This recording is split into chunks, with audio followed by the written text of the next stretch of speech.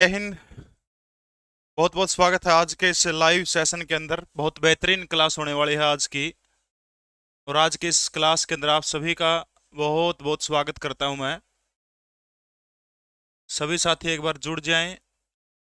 उसके बाद जो है आज की इस लाइव सेशन को हम लोग शुरू करने जा रहे हैं। पुष्पा, युग मलिक, उर्मिला रानी, उर्मिला देवी, आप सभी को हरियाणा दिवस की बहुत बहुत शुभकामनाएं। लाठाड़े क्लास का जो टाइम है वो 7:30 बजे है। थोड़ा सा 5-7 मिनट आज पहले आ गया वो। नमस्ते भाई। कि आपके साथ में 7:30 लग थोड़ी मोटी बातचीत कर लेता हूँ, उसके बाद फिर अपनी क्लास जो है वो सुचारू रूप से स्टार्ट होगी। ठीक है। सावन टाक, राम राम भाई, सभी को राम राम। कोई क्वेश्चन है आपका तब तक 5-6 मिनट पड़े हमारे, तब तक आपसे कुछ बातें कर लेते हैं।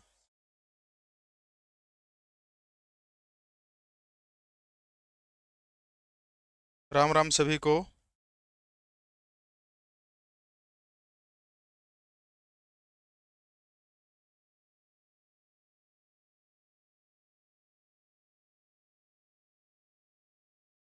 युवा शक्ति एनजीओ बालक से सोनू भाई जुड़े हैं, बहुत बहुत धन्यवाद आपका। Study with Risa, study by Risa, Jyoti, UPSC lover, Krishna, Praveen, Bhavna, Sandeep Kumar, Rajveer, Yug Khan, Khan Bhadra, सुशील पुनिया, रिंकू ग्रोवर। बिल्कुल दिसंबर में रीना रानी। अब तक के जो हालात जो लग रहे हैं उसके हिसाब से सितंबर में जो है सीईटी होना तय है। अपनी तैयारी आप लोग धार जो है उसको रखते जाइएगा। अशोक काजला, एक चैनल पर आपकी बुराई की जाती है भाई, कोई बात नहीं। बट मैं किसी की बुराई नहीं करता। आपने अगर देखा तो लगभग 2018 से ऑनलाइन पढ़ाना शुरू किया था। आज तक किसी भी टीचर के बारे में मैंने किसी के बारे में कुछ नहीं बोला। जो भी बोल रहा है परमात्मा करे उसको सद्बुद्धि दे। बहुत बहुत साधुवाद उसको मेरी तरफ से। जी, मीत कुमार, हार्दिक, संजू, पंकज, इरफान खान, जी के भाई राम, ज्योति उड्डा, वकील पुनिया, हार्दिक रॉयल, आनंद कुमार पेगा। जी अभी भी हमारे 5 मिनट रहते हैं। प्रवीण कुमार जी, भाई आशीर्वाद भगवान का लीजिए, माता पिता का लीजिए, मैं आपके साथ हूँ। जितना मुझसे हो सकेगा मैं करूँगा। जी आप सभी को देसी डांगरा सबको आज हमारा हरियाणा बना था आज के दिन। और हरियाणा दिवस की जो है आप सभी को बहुत बहुत शुभकामनाएं, बहुत बहुत बधाई। क्या कि लाइट गई के पंखा बंद करवा देगा तो लाइट कितनी बार में आओगी पता करिए एक बार। जी प्रियंका सभी को, दीप्ति यादव, कुलदीप कुमार, हर हर महादेव सभी को। Train your brain, Ram Ram भाई। मोनिका शर्मा, पायल, रविंदर, प्रीति, सभी को बहुत बहुत शुभकामनाएं। हरियाणा दिवस की त्योहारों का सीजन है। अब उससे निकल करके पंघाल साहब सीईटी पे बहुत सारी भर्ती आएंगी। जितनी भी भर्ती होगी सारे की सारी सीईटी के ऊपर होंगी। आज की जो क्लास जो है सिर्फ लाइव क्लास चलेगी, लाइव क्लास होगी।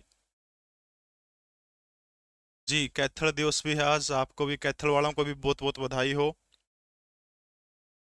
बिल्कुल Haryana day, happy Diwali, happy Vishwakarma day आप सभी को बहुत बहुत आज के दिन की शुभकामनाएं अपनी ओर से प्रेषित करता हूं। एसएससी एस्पिरेंट, हाँ बहुत सारी डिमांड आई थी, हरियाणवी कपड़े डालने थे आज, लेकिन क्या करें व्यस्तता इतनी ज़्यादा है कि छोटे भाई की शादी है अभी 16 नवंबर की। और उसमें कार्ड बांटने और बहुत सारे काम शादी में आपको पता हो जाते हैं, और बहुत सारे काम इस वजह से पॉसिबल नहीं हो पानी, तो कोशिश करी थी मैंने। जी भाई दोबारा क्या कर दिया, दोबारा से आप वो करिए। सीईटी कब है योगेंद्र कुमार? दिसंबर के महीने में सीईटी होगा। अभी भी 3-4 मिनट हमारे क्लास के रहते हैं। राम राम सभी को। Chemistry by Shiv sir, sir नमस्ते। मोनिका पंघाड़, फाइनल भर्ती 2025 के मिड तक आपकी सारी की सारी भर्तियां जो है शुरू होने की वो है। रॉकी कश्यप अभी क्लास में टाइम है, 2 मिनट और रहते हैं हमारे, इसलिए आपसे बातचीत करूं, इसलिए मैं थोड़ा सा 7-8 मिनट पहले लाइव आ गया था। आपका समय खराब नहीं करूंगा, 7:30 से 1 मिनट भी ऊपर। डोनाल्ड ट्रंप, सुनीता अटकान, गुड इवनिंग बेटा, जन्नत, हैप्पी राणा, रॉकी कश्यप। भाई बता तो दिया आपको, अभी टाइम है क्लास में, उन बच्चों का क्या कसूर होगा जो 7:30 बजे जुड़ेंगे। मैं तो आप लोगों से बात करने के लिए ही। मनदीप, बहुत जल्द आपको देखने को मिल सकता है, थोड़े बहुत टिश्यू है, उसके तुरंत बाद आपको मिल जाएगा। लीसो ऐप के टीचर्स की, बाकी टीचर्स की क्लास भी हो जाएगी। हिंदी की क्लास आज अभिमन्यु सर से बात करूंगा, शायद कल से वो रेगुलर क्लास लें, आपके लिए रेगुलर क्लास होगी। हमारा नाम भी ले लो भाई, नाम आपका ऊपर चला गया, दोबारा लिखना, कोई दिक्कत नहीं है।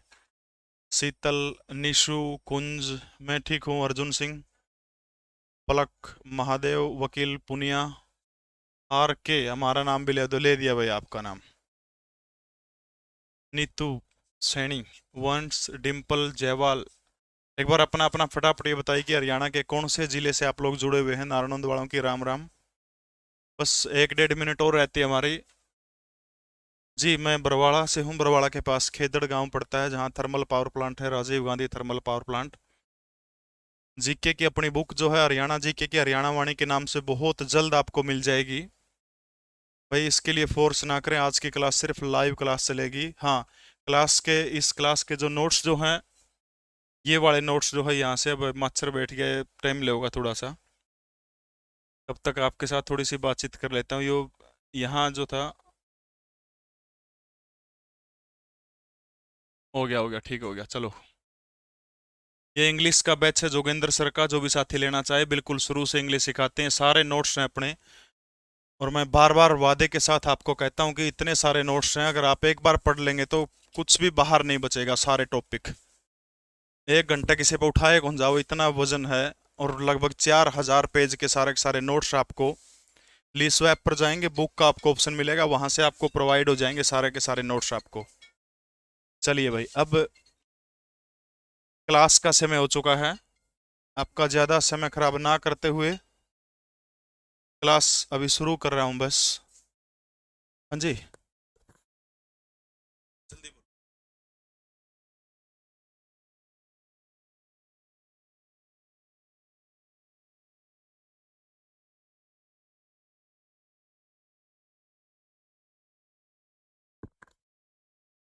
चलिए भाई, पलवल से, भिवानी से, राम राम सबकी होगी बेटा। अब कमेंट बहुत तेजी से चल रहे हैं, 1000 से ऊपर बच्चे लाइव जुड़े हुए हैं, आप सभी की राम राम, सबको नमस्कार होगी है। ठीक है, महेंद्रगढ़ से जुड़े हुए हैं, पंचकुला से भी जुड़े हुए हैं, पलवल से भी, गुड़गांव से भी हैं, डोनाल्ड ट्रंप साहब भी हैं, फतेहाबाद से प्रवीण कलवाण। चलो भाई, सारा मामला ओके है, ऑडियो वीडियो दोनों चीज ओके हैं। महेंद्रगढ़ से, वेरी गुड। रोहतक। चलिए एक बार बस मुझे इतना बता दीजिए कि क्लास ओके है, ओके लिख के आप भेज दीजिए, ओके रिपोर्ट। अगर मेरी आवाज़ आप तक सही पहुंच रही है, मैं आपको अच्छे तरीके से विजुअल हूँ, दिख रहा हूँ आपको, तो बस मुझे इतना बता दीजिए। नूह से भी हैं, पानीपत से हैं, भिवानी से हैं। चलिए से बस क्लास शुरू कर रहे हैं भाई। एक बार मुझे बस इतना बता दीजिए कि क्लास आपको सही दिखाई दे रही कि नहीं, ओके रिपोर्ट लिख के भेज दीजिए बस, उसके तुरंत बाद क्लास शुरू करूंगा भाई। लोहारू, कैथल, जींद, वृंदावन, मथुरा, वेरी गुड भाई। यानी पूरा हरियाणा के अलग अलग जिलों से जो है सब बच्चे देख रहे हैं। 1027 बच्चे लाइव जुड़ चुके हैं, बहुत जल्दी से आवास, बहुत बहुत स्वागत आप सभी का। कर दें शुरू। राम राम जी, मैं प्रवीण उड़ान, और आज हम जो है हरियाणा की बेहतरीन टॉपिक जो है हरियाणा की जलवायु और हरियाणा की झीलें पढ़ेंगे। मैं गारंटी देता हूं, अगर आप मेरे साथ अगले 1-1.5 घंटे तक लाइव जुड़ेंगे तो आपको रात को, आधी रात को कोई उठाकर ये पूछ लेगा कि हरियाणा की ये झील कहां पर है, क्या विशेषता है, जलवायु कौन सी है, तो आप बड़े आराम से बता दोगे। अनपढ़ आदमी भी अगर आज की क्लास अटेंड कर लेगा, वो भी झील और जलवायु कवर करके उठेगा। ये मैं आपको वादा विश्वास दिलाने का काम करता हूं। आज की पहली क्लास, आज की क्लास का पहला प्रश्न, सिर्फ लाइव क्लास दिखेगी, पहला प्रश्न आपकी स्क्रीन के ऊपर। इस झील का उल्लेख अल बरूनी की प्राचीन पुस्तक किताबुल हिंद के अंदर किया गया है। ये असिस्टेंट मैनेजर के अंदर आया हुआ है, एचएसएससी के अंदर। हथीनी कुंड हो सकता है, वो ब्रह्म सरोवर हो सकता है, वो करनाल झील हो सकता है, या फिर वो सूरज कुंड हो सकता है। अल बरूनी एक ऐसा व्यक्ति था जो वेदों और पुराणों का अध्ययन करने वाला पहला मुस्लिम व्यक्ति था। एक व्यक्ति हुआ करता था मूर्तिक भंजक के नाम से, किसको जाना जाता है, जिसने सर्वाधिक मूर्तियां तोड़ने का काम किया था। महमूद गजनवी के साथ में शख्स हिंदुस्तान के अंदर आया था और इसी बंदे ने किताब लिखी थी। किताब का नाम क्या है? किताबुल हिंद। और इस व्यक्ति का नाम अल बरूनी था, यानी वेदों और पुराणों का अध्ययन करने वाला भारत का नहीं विश्व का पहला मुस्लिम व्यक्ति था। और सबसे महत्वपूर्ण बात है कि किस किताब के अंदर किसका जिक्र किया गया, तो वो जिक्र किसका किया गया? वो कुरुक्षेत्र के अंदर जो एक सरोवर है, जिस सरोवर को हम लोग किस नाम से जानते हैं? ब्रह्म सरोवर के नाम से जानते हैं। यानी ब्रह्म सरोवर का जिक्र अपनी किताब अल बरूनी कौन से किताब में करता है? किताबुल हिंद के अंदर करता है। अब ब्रह्म सरोवर की जुड़ी सबसे महत्वपूर्ण बात, जो जो प्रश्न आए हैं, जो आने की संभावना, सारे के सारे कवर करवाऊंगा, ठीक है। सबसे पहली चीज ब्रह्म सरोवर की कि ऐसी मान्यता है वेदों के अंदर की भगवान ब्रह्मा ने जो है यहां पर क्या की थी? इस पृथ्वी की रचना करने का काम किया था। सृष्टि की रचना करने का काम जो था वो कहां पर करने का काम किया था? कि ब्रह्म सरोवर के ऊपर भगवान ब्रह्मा ने पृथ्वी की रचना करने का काम किया था। दूसरी महत्वपूर्ण चीज जो है, इसको खुदवाने का काम किसके द्वारा किया गया था? तो अपने याद रखना, कुरु राजाओं के द्वारा जो है, कौरवों और पांडवों के जो वो वंशज जो थे उनके द्वारा जो है इसको क्या किया गया था? इसको खुदवाने का काम जो है किया गया था। चीज याद रखना, राजा कुरु के द्वारा इसको खोदने का काम किया गया था। अब सबसे महत्वपूर्ण बात है, जब अल बरूनी हिंदुस्तान के अंदर आया था तो उससे पुरानी किसी भी झील का वर्णन नहीं मिलता। तो सबसे महत्वपूर्ण प्रश्न आता है कि हरियाणा की सबसे पुरानी झील, या कह लीजिए या हरियाणा का सबसे पुराना सरोवर कौन सा है? सबसे पुराना पूछे तो वो अपने याद रखना, कौन सा सबसे पुरानी झील या फिर सबसे पुराना सरोवर कोई आपसे पूछने का काम करे तो उसका नाम क्या होगा? ब्रह्म सरोवर जो है वो सबसे पुराना है। इसके बाद जब राजा कुरु ने इसको खुदवा दिया, आगे चलकर भाई इसमें माटी मुट्टी पड़ गई, अटता चला गया ये। इसके बाद जाकर के एक अंग्रेज न्यायाधीश हुआ करता था, उसका नाम था लर्किन। और लर्किन क्या करता है? 1850 के अंदर इसने दोबारा तक खुदवान का काम करा है। और यो प्रश्न एचएसएससी में आ लिया कि पुनः निर्माण किस बंदे के द्वारा ब्रह्म सरोवर का करवाया गया था? तो आपका उत्तर क्या होगा? लर्किन नाम का बंदा जो 1850 के अंदर ब्रह्म सरोवर को क्या करता है? दोबारा से खुदवाने का काम करता है, ठीक है। इसके बाद भारत के एक 2 बार कार्यवाहक प्रधानमंत्री रहे एक शख्स, आपने नाम सुना होगा, उनका नाम क्या है? गुलजारीलाल नंदा। और ये जो गुलजारीलाल नंदा जो थे कैथल लोकसभा सीट से सांसद हुआ करते थे और इन्होंने देखा कि कुरुक्षेत्र की दशा जो है बेहद खराब दशा है। तब इन्होंने क्या किया था? कुरुक्षेत्र अगर नो पूछ ले कि ब्रह्म सरोवर के वर्तमान स्वरूप जो है, वर्तमान स्वरूप किसकी देन है? तो आपका उत्तर होगा कि वर्तमान स्वरूप जो है वो किसकी देन है? तो उत्तर लिखना आपने, गुलजारीलाल नंदा की देन है वर्तमान स्वरूप, ठीक है। इन्हीं के प्रयासों से साल 1968 के अंदर एक विकास बोर्ड बना था जिसका नाम है कुरुक्षेत्र विकास बोर्ड, ठीक है। कुरुक्षेत्र विकास बोर्ड कब बना था? तो याद रखना 1968 के अंदर। और इस कुरुक्षेत्र विकास बोर्ड का अध्यक्ष कौन होता है? तो आपने याद रखना, राज्यपाल जो होता है वो कुरुक्षेत्र विकास बोर्ड का अध्यक्ष होता है। और इसका उपाध्यक्ष कौन होता है? तो याद रखना, मौके का जो सीएम जो होता है वो कुरुक्षेत्र विकास बोर्ड का क्या होता है? वो इसका क्या होता है? उपाध्यक्ष होता है, ठीक है। गुलजारीलाल नंदा के प्रयासों से इसका वर्तमान प्रयोग है। इसके अलावा इसकी लंबाई चौड़ाई 1000 गुणा 500 फीट जो है इसकी लंबाई और चौड़ाई, ये आपने याद रखनी है। एशिया का पक्की ईंटों से बना हुआ सबसे बड़ा तालाब अगर कोई आपसे पूछता है तो उसका नाम क्या होगा? कि ब्रह्म सरोवर जो है एशिया का सबसे बड़ा पक्की ईंटों से बना हुआ तालाब है। मुझे फटाफट 2 बात बता दीजिए कि वो जो पानी की सप्लाई है वो कौन सी ब्रांच से होती है? फटाफट बताने का काम करेगा। पानी की सप्लाई अकबर एक बार उड़ाया था, अकबर उड़ाने के बाद में देख गया, देखदा इसका गला अबुल फजल आ रहा था, बोलो इतना बड़ा जोड़, फिर बता रहा मूर्ख जोड़ को नहीं, यो तीर्थ सयुत तीर्थ है। तब अबुल फजल क्या कहता है? अबुल फजल ने इसकी किसकी संज्ञा देने का काम किया था?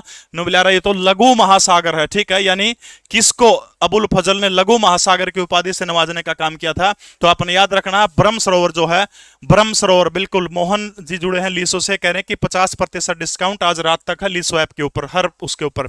विकास लांबा बिल्कुल सही है। जो नरवाना ब्रांच जो है इसको पानी की सप्लाई कौन से उससे करी जाती है? तो आपने याद रखना, नरवाना ब्रांच जो नहर जो है उससे क्या किया जाता है? ब्रह्म सरोवर के अंदर क्या किया जाता है? पानी की सप्लाई करने का काम किया जाता है।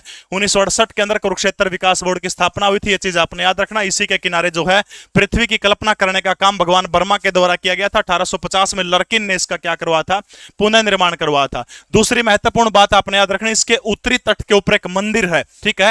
यानी ब्रह्म सरोवर के उत्तरी तट के ऊपर कौन सा मंदिर है? तो याद रखना, सर्वेश्वर महादेव मंदिर है, ठीक है। सर्वेश्वर महादेव मंदिर कड़ा पड़ा है, कौन से तट के ऊपर है? तो ब्रह्म सरोवर का उत्तरी तट जो है उसके ऊपर कौन सा मंदिर है? तो आपने याद रखना है, सर्वेश्वर महादेव मंदिर है। और ऐसी मान्यता है कि इसी सर्वेश्वर महादेव मंदिर के अंदर खुद भगवान ब्रह्मा ने किसकी स्थापना करने का काम किया था? शिवलिंग की स्थापना करने का काम किया था। पांडव जब युद्ध जीत गए थे कुरुक्षेत्र के अंदर, युद्ध जीतने के बाद में युधिष्ठिर ने जो है इसके बीच में एक टावर बनवाने का काम किया था, और वो टावर जो है आज किस रूप में जाना जाता है, उसी टावर को जो है द्रौपदी कूप के नाम से जानते हैं। ये वो सारे प्रश्न थे जो एचएसएससी में आ चुके हैं और आने की संभावना है। इसका मतलब क्या है, हमारा ये मामला क्लियर है, ठीक है। यानी अलबरूनी सबसे प्राचीन झील पूछा, हरियाणा की ब्रह्म सरोवर है या फिर सरोवर पूछा, ठीक है। किसने खुदा था, राजा कुरु ने खोदने का काम किया था। भगवान ब्रह्मा ने क्या किया था, पृथ्वी की रचना करने का काम किया था। अटके खुदाने का काम इसको किसने किया था, तो याद रखना लर्किन ने इसको 1850 में पुनः निर्माण करवाया था। इसके बाद आपने याद रखना 1968 के अंदर कुरुक्षेत्र विकास बोर्ड की स्थापना करने का काम किया था। 1968 में अध्यक्ष कौन होता है, इसका राज्यपाल होता है। उपाध्यक्ष कोई पूछे तो हरियाणा के मुख्यमंत्री जो होते हैं वो इसके उपाध्यक्ष हैं, ठीक है। वर्तमान स्वरूप का जनक किसको माना जाता है, गुलजारी लाल नंदा को वर्तमान स्वरूप का जनक माना जाता है, और गुलजारी लाल नंदा के प्रयासों से संभव हो पाया था। आजकल उन नेता पता नहीं कहां चले गए। मुझे ध्यान आता है कि गुलजारी लाल नंदा की एक बेटी हुआ करती थी, और वो बेटी कुरुक्षेत्र यूनिवर्सिटी का फॉर्म भरने के लिए गुलजारी लाल नंदा की सरकारी गाड़ी लेकर के कुरुक्षेत्र यूनिवर्सिटी चली गई। मात्र 6 किलोमीटर गई थी सरकारी गाड़ी में। जब वो वापस आई तो गुलजारी लाल नंदा उसके ऊपर इतने नाराज हुए, कहा कि आपने सरकारी फॉर्म भरना था या आप खुद के काम से गई थी। तब उसने कहा कि बाबा मैं तो मेरे खुद के पर्सनल काम के लिए गई थी। तब उन्होंने कहा कि आपने सरकारी गाड़ी का दुरुपयोग किया है, यह बहुत गलत बात है, इसलिए जितना तेल इसने यूज किया वो सारा का सारा तेल डलवाइए। और अपनी बेटी से तेल डलवाने का काम गुलजारी लाल नंदा ने किया था। क्या आज ऐसे नेता हो सकते हैं हिंदुस्तान के अंदर? और जब वो मरे थे, जब उनकी मृत्यु से कुछ दिन पहले अखबार के अंदर एक स्टेटमेंट छपी थी कि एक मकान मालिक जो था सारे सामान को बाहर फेंक रहा था। तब एक पत्रकार ने देखा कि ये शख्स जिसके सामान को किराया न देने के कारण बाहर फेंका जा रहा है वो और कोई नहीं, भारत के पूर्व में 2 बार कार्यवाहक प्रधानमंत्री रह चुके वो गुलजारी लाल नंदा थे। ऐसे महान व्यक्ति थे, ठीक है। इतनी बात आपने याद रखनी है। अगर आपको याद होगी हो तो मैं आगे चलता हूं। अगला प्रश्न आपकी स्क्रीन के ऊपर, निम्न में से कौन सी झील हरियाणा में एक वन्य अभ्यारण्य भी है? एचएसएससी बीएलडीए के अंदर यह प्रश्न पूछा गया था। ये झील, पहले तो सारे प्रश्न उत्तराम कराऊंगा, उसके बाद एक एक डिस्ट्रिक्ट वाइज झील जमा आंगलियां पे याद कराऊंगा, और उसके बाद जलवायु का एक नंबर भी नहीं कटेगा। अगर आप लोग जुड़े रहोगे तो सिर्फ लाइव क्लास आपने दिखेगी। बस लाइक यार 600 और लाइव 1700, यह तो बेईमानी ना करो यार, लाइक ठोको सारे सारे। बताइएगा से बस कौन सी झील एक वन्य जीव अभ्यारण्य झील भी है? बड़खल, दमदमा या फिर भिंडावास या फिर करनाल झील? बताइएगा कौन सी झील है। देखिएगा ये जो झील जो है उस झील का नाम क्या है, भिंडावास झील है। और ये भिंडावास झील हरियाणा के कौन से जिले में पड़ा है, तो याद रखना भिंडावास झील हरियाणा के झज्जर जिला जो है हरियाणा के झज्जर जिले के अंदर पड़ती है। ये एक क्या है, पक्षी विहार भी है। भिंडावास झील जो क्या है, एक पक्षी विहार है।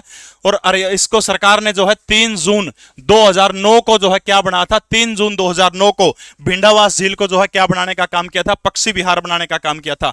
मोस्ट इंपोर्टेंट बात आपने क्या याद रखनी है, हरियाणा की सबसे बड़ी आर्द्र भूमि को आपसे पूछने का काम करें। हरियाणा की सबसे बड़ी आर्द्र भूमि को आपसे पूछे तो आपने याद रखना भिंडावास जो है वो हरियाणा प्रदेश की क्या है, सबसे बड़ी आर्द्र भूमि कौन सी? भिंडावास है। पक्षी विहार कब बनाया गया था? 3 जून 2009 को बनाने का काम किया था। ये जो झील जो है आपने याद रखना 1016 एकड़ के अंदर ये झील फैली हुई है, और इस झील के अंदर छोटे छोटे द्वीप हैं, ठीक है। द्वीप, और द्वीप को आप क्या बोल रहा है, टापू भी बोलते हैं। तो इसलिए वो झील कौन सी है जो द्वीपों का निर्माण करती है, या फिर हरियाणा की टापुओं वाली झील कौन सी है? तो आपका उत्तर क्या होगा कि भिंडावास झील जो है वो हरियाणा की टापुओं वाली झील है, या फिर हरियाणा के द्वीपों वाली झील है। यह चीज आपने याद रखना है। इसी झील को एक अन्य नाम से भी जाना जाता है, सुंदर झील के नाम से भी इसको जाना जाता है। कौन सी झील है या सुंदर झील? हरियाणा की एकमात्र ऐसी झील जिसके अंदर रात्रि में रुकने की सुविधा भी है, ठीक है। रात्रि में रुकने की सुविधा जो है इसी झील के अंदर है। कोई भी जाओ अपना राम तरह न रुको, प्रेमी जाओ, कोई जाओ यार, अपन के मतलब जोड़ा जाओ चाहे नन्नरे जाओ, कि मैं करो उड़ जाके सत्संग करो, जागरण करो, जगराता करो, अपन कोई मतलब कोई, बस अपन याद रखना है भिंडावास जो है, भिंडावास के अंदर इतना याद रखना रात्रि रुकने की सुविधा दी गई है। और ये सुविधा किसके द्वारा करी गई है? पुणे का एक फाउंडेशन है, फाउंडेशन का नाम है इला फाउंडेशन, ठीक है। इला फाउंडेशन के द्वारा और रात में रुकने की सुविधा देने का काम किया गया। बस यह बात आप याद रख लियो, इतना याद हो जाएगा। दूसरी चीज, एक साइट है रामसर साइट, अगर आपने नाम सुना हो तो, ठीक है। रामसर साइट ईरान का एक शहर है रामसर। ईरान के रामसर शहर के अंदर तारीख होती है 2 फरवरी की। जायडा में 2 फरवरी 1971 को एक रामसर सम्मेलन होता है। उसके तहत विश्व के जितने भी आर्द्र भूमि जो होती हैं, नमी वाली जो जगह जो होती हैं, उनको शामिल करने का काम किया जाता है। और इसी के अंदर जो है हरियाणा प्रदेश की 2 ऐसी जगह हैं, सुल्तानपुर और भिंडावास, जिनको क्या किया गया है, आर्द्र भूमि जो है, आर्द्र भूमि के अंदर जो है इनको शामिल करने का काम किया गया है। और आपने याद रखना है कि इसको वेटलैंड के अंदर या फिर आर्द्र भूमि के अंदर जो है कब शामिल किया गया था, वो साल आपने याद रखना है कि 2021 के अंदर जो है इसको वेटलैंड के अंदर शामिल करने का काम किया गया था। कब करा गया था? 2021 को, ठीक है। 5 जुलाई 1986 वो तारीख है जब इसको वन्य जीव अभयारण्य का दर्जा दिया गया था। 5 जुलाई 1986 को क्या किया गया था? वन्य जीव अभयारण्य का दर्जा जो है किसको देने का काम किया गया था? भिंडावास झील को जो है 5 जुलाई 1986 को किया गया था। दूसरा, इसके अंदर जो है एक इंपॉर्टेंट बात आपने याद रखनी है, बता दूं? रहने दो, चलो भाई। दोबारा देखो, हरियाणा की सबसे बड़ी आर्द्र भूमि कौन सी है? भिंडावास, ठीक है। पक्षी विहार है, 3 जून 2009 को बनाया गया था। 1016 एकड़ के अंदर है। टापुओं वाली झील कह लो, द्वीपों वाली झील कह लो, कौन सी है? भिंडावास झील है, ठीक है। सुंदर झील के नाम से भी जाना जाता है। रात में रोकने की सुविधा इला फाउंडेशन के द्वारा उरे करी गई है। 5 जुलाई 1986 को इसको वन्य जीव अभयारण्य का दर्जा दिया गया था। 2 फरवरी 1971 को इसको रामसर सम्मेलन के अंदर जो है आपने शामिल करने का काम किया गया था। जहां नहीं, विश्व आर्द्र भूमि दिवस जो है वो 2 फरवरी को ही मनाया जाता है, 2 मई को नहीं मनाया जाता, ठीक है। 2 फरवरी को विश्व आर्द्र भूमि दिवस मनाया जाता है। वर्तमान समय में भारत की 85 साइट जो है वो रामसर साइटों के अंदर शामिल है। कितनी है? 85। अगस्त 2024 तक का डाटा आपको बता रहा हूं कि 85 साइट ऐसी है जो रामसर साइट के अंदर शामिल है। 2-4 बात और कर लिया। सबसे पहली साइट जो थी वो कौन सी थी? चिल्का झील जो है, चिल्का झील को साल 1982 के अंदर इसके अंदर शामिल किया गया था। नहीं, क्या है? सबसे पहली साइट है। भारत की कौन सी साइट सबसे बड़ी साइट है जो रामसर के अंदर शामिल है? तो आपने याद रखना, पश्चिम बंगाल का सुंदर वन डेल्टा जो है वो सबसे बड़ी साइट है। और सबसे छोटी साइट रामसर की कोई आपसे पूछने का काम करे तो वो हिमाचल प्रदेश की रेणुका झील जो है वो सबसे छोटी साइट है रामसर की। हरियाणा के अंदर 2 स्थलों को जो है इसके अंदर शामिल किया गया है। याद हो जाएगा।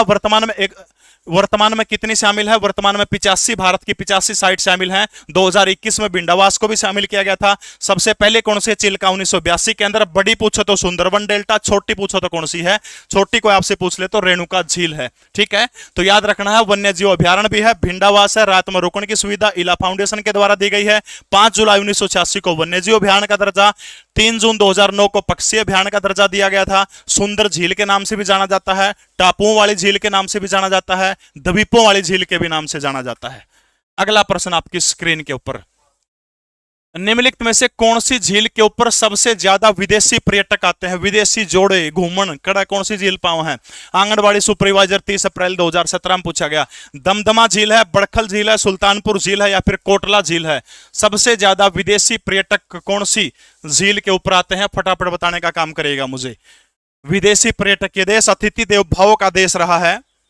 आमिर खान बेचारा घड़ा फड़ फड़ के मर गया कि अतिथि देव भव, लेकिन अपने देश में अतिथियों के साथ में क्या किया जाता है आप सभी को पता होगा। पीछे राजस्थान का एक जोड़ा, राजस्थान के अंदर फ्रांस का एक जोड़ा घूमने आया था। झाड़ियां पाछे ले गए 4-5 जने, दनु मर्द लुगाई नैनरे करती बिरानी के करे आईफोन खोज लिया, उनका सारा सिस्टम वो कर लिया। पकड़े गए इतने अनजान नु कौन मेरा भाई आईफोन यू स्विच ऑफ को नहीं उतर पाए, लोकेशन पर 1 मिनट में ठहलिए। बिल्कुल सही है। वो झील कौन सी है? गुड़गांव जिले की वो झील है, सुल्तानपुर झील है। सबसे ज्यादा विदेशी पर्यटक कोई आपसे पूछने का काम करता है तो वो कौन सी झील है? यार लाइक में फिर कंजूसी बरतो यार, मैं इतना गला फाड़ के जोश से पढ़ाने लग रहा हूं। हरियाणा करंट अफेयर भी करवाऊंगा, ना चिंता करो, ठीक है। तो याद रखना, सुल्तानपुर झील पर सबसे ज्यादा विदेशी मात्रा में पर्यटक कौन सी झील के ऊपर आते हैं? सुल्तानपुर झील के ऊपर आते हैं, ये आपने याद रखना है। महत्वपूर्ण बात, किसके सबसे नजदीक है? तो आपने याद रखना है ये फर्रुख नगर जो है गुड़गांव का, फर्रुख नगर के सबसे नजदीक है, मात्र 15 किलोमीटर दूरी के ऊपर है। इसी सुल्तानपुर झील के अंदर पक्षियों की 250 प्रकार की प्रजाति जो है पक्षियों की वो कौन सी झील के अंदर पाई जाती है? तो आपका उत्तर होगा सुल्तानपुर झील जो है, सुल्तानपुर झील के अंदर जो है 250 प्रकार की पक्षियों की क्या पाई जाती है? प्रजाति पाई जाती है। एक प्रश्न और आता है एसएससी में कि हरियाणा की कौन सी झील में विविध प्रकार के प्रवासी पक्षी पाए जाते हैं? विविध प्रकार के प्रवासी पक्षी जो है वो कौन सी झील के अंदर पाए जाते हैं? तो आपका उत्तर होगा कि सुल्तानपुर झील के अंदर जो है विविध प्रकार के प्रवासी पक्षी जाते हैं, ठीक है। सुल्तानपुर की खोज का श्रेय किसको जाता है? इसका जो स्थापित करने का श्रेय किसको जाता है? तो आपने याद रखना, पीटर जैक्सन जो है, सुल्तानपुर पक्षी विहार का श्रेय किस बंदे को जाता है? पीटर जैक्सन को जाता है। 2021 के अंदर जो है सुल्तानपुर को क्या कर दिया गया था? रामसर साइट के अंदर शामिल कर दिया गया था। तो 2 रामसर साइट हरियाणा के अंदर, कौन सी? एक तो भिंडावास और दूसरी कौन सी है? सुल्तानपुर, ठीक है। एक पक्षी आओ है यूरोप से उरा चल के, ठीक है, सर्दियां आओ है यूरोप से, और उस पक्षी का नाम क्या है? साइबेरियन सारस, ठीक है। है। साइबेरियन सारस, साइबेरियन सारस के लिए कौन सी झील प्रसिद्ध है? तो आपका उत्तर क्या होगा कि सुल्तानपुर झील जो है वो साइबेरियन सारस के लिए प्रसिद्ध है। अफगानिस्तान से कौन सी झील में सबसे ज्यादा पक्षी उड़कर आते हैं? तो आपका उत्तर होगा कि सबसे ज्यादा जो अफगानिस्तान से आते हैं वो सुल्तानपुर झील के ऊपर ही आने का काम करते हैं। और तक सही है, सबका समझ में आ गया? इश्क में अक्सर बवाल होता है। वाह, करो एक बार, वाह वाह करो यार, कई दिन हो गए वाह वाह करें, करो शाबाश। इश्क में अक्सर बवाल होता है, इश्क में अक्सर बवाल होता है, नंबर कहां बीजी था यही सवाल होता है। ये सवाल ना करया करो ए छोरियो। अगला प्रश्न आपकी स्क्रीन के ऊपर, ये छोरी है नहीं करे ना, मेरी मौसी का रहा था वो मौसी, फिर पाछा तो लिखड़ा नहीं बेरा पटा। बड़खल झील का भी जिक्र करेंगे बेटा, आगे करेंगे। झज्जर में लगभग कितनी भूमि जो है जलाक्रांत है? नमी वाली कितनी भूमि है? फटाफट बताने का काम करिएगा। नमी वाली बताइएगा शाबाश। कैमरा 1-2 सेकंड के लिए ऑफ हो सकता है, घबराने की आवश्यकता नहीं है आपको। चल पड़ा कोई बात नहीं भाई, ठीक है। देखिएगा झज्जर के अंदर बस कुछ नहीं याद रखना, 16,000 एकड़ बस यह भूमि याद रख लियो, 16,000 एकड़, ठीक है। झज्जर के अंदर जो है कितनी जल क्रांत भूमि है? ये फूड एंड सप्लाई इंस्पेक्टर के अंदर आया हुआ प्रश्न है, तो याद रखना है 16,000 एकड़। बहुत बहुत धन्यवाद भाई, 2,000 से ऊपर बच्चे लाइव देख रहे हैं, बहुत बहुत धन्यवाद आप सभी का भाई। 16,000 एकड़ करीब जो है झज्जर के अंदर कितनी भूमि जो है जलमग्न, आप कह लो सेम वाली भूमि कह लो कितनी है? तो 16,000 एकड़, बस सीधा रट्टा चेपना, इस पर कुछ नहीं करना इसका, 16,000 एकड़ है, ठीक है। अगला प्रश्न आपकी स्क्रीन के ऊपर देखिएगा। प्रसिद्ध बीबीपुर और नजफगढ़ झीलें हरियाणा के किस प्राकृतिक क्षेत्र के अंदर शामिल है? पीजीटी कॉमर्स के अंदर पूछा गया प्रश्न आपकी स्क्रीन के सामने है, बस 16,000 आपने याद रखना है, ठीक है। अगला प्रश्न देखिएगा। मैदानी क्षेत्र में, रेतीले क्षेत्र में, शिवालिक क्षेत्र में, अरावली के तथा शुष्क क्षेत्र के अंदर। बहुत बढ़िया भाई, शाबाश, बताइएगा शाबाश। ए छोरियो, मैं झूठ को नहीं बोलता, मैं सच्ची कहूं भाई। कैमरे में शायद थोड़ी सी दिक्कत है, तो घबराने की आवश्यकता नहीं है, 1-2 सेकंड के लिए ऑफ हो जाता है कभी कभी, ये चल पड़ेगा, कोई दिक्कत नहीं है, दोबारा से ऑन कर दिया है, ठीक है। टेंशन लेने की आवश्यकता नहीं, मेरी आवाज आप तक आ रही है। कैमरे का नहीं ना देखियो, मेरे का नहीं देखियो, कितना तन्मयता के साथ आपको पढ़ाने लग रहा हूं, ठीक है। बस आगे आवाज स्क्रीन दिख गया आपने, थोड़ी सी दिक्कत है, पता नहीं क्या समस्या है, कोडेक का कैमरा है। हाँ, तो बताइए वो झील कौन सी है जो किसके अंदर पूछी गई है कि मैदानी क्षेत्र के किस प्राकृतिक क्षेत्र के अंदर है? तो आपने ये बताने का काम करना है, तो वो कौन सा भाग है? तो याद रखना है बीबीपुर और नजफगढ़ झील जो है वो कौन से क्षेत्र के अंदर है? तो हरियाणा का मैदानी क्षेत्र जो है, हरियाणा के मैदानी क्षेत्र के अंदर बीबीपुर झील है, और दूसरी कौन सी है? नजफगढ़ झील है। बीबीपुर झील हरियाणा के कौन से जिले के अंदर पड़ती है? तो याद रखना है पेहवा के पास में, कुरुक्षेत्र के पेहवा के पास में जो है झील है, कौन सी झील है? तो आपने याद रखना वो झील कौन सी है, कुरुक्षेत्र के पेहवा के पास में बीबीपुर झील है। और नजफगढ़ झील जो है वो पंजाब, दिल्ली और हरियाणा के बिल्कुल बॉर्डर के ऊपर नजफगढ़ झील है, ये बात आपने याद रखनी है। दोनों प्राकृतिक क्षेत्र की झीलें हैं, यानी मैदानी भाग के अंदर ये दोनों झीलें हैं। 4 बार HSSC के अंदर पूछा गया प्रश्न है भाई। हरियाणा राज्य में विविध प्रवासी पक्षियों के दर्शन हेतु निम्न में से कौन सी झील प्रसिद्ध है? HSSC क्लैरिकल 2019 के अंदर पूछा गया प्रश्न है, बताइएगा शाबाश। विविध प्रवासी पक्षियों के लिए कौन सी झील प्रसिद्ध है?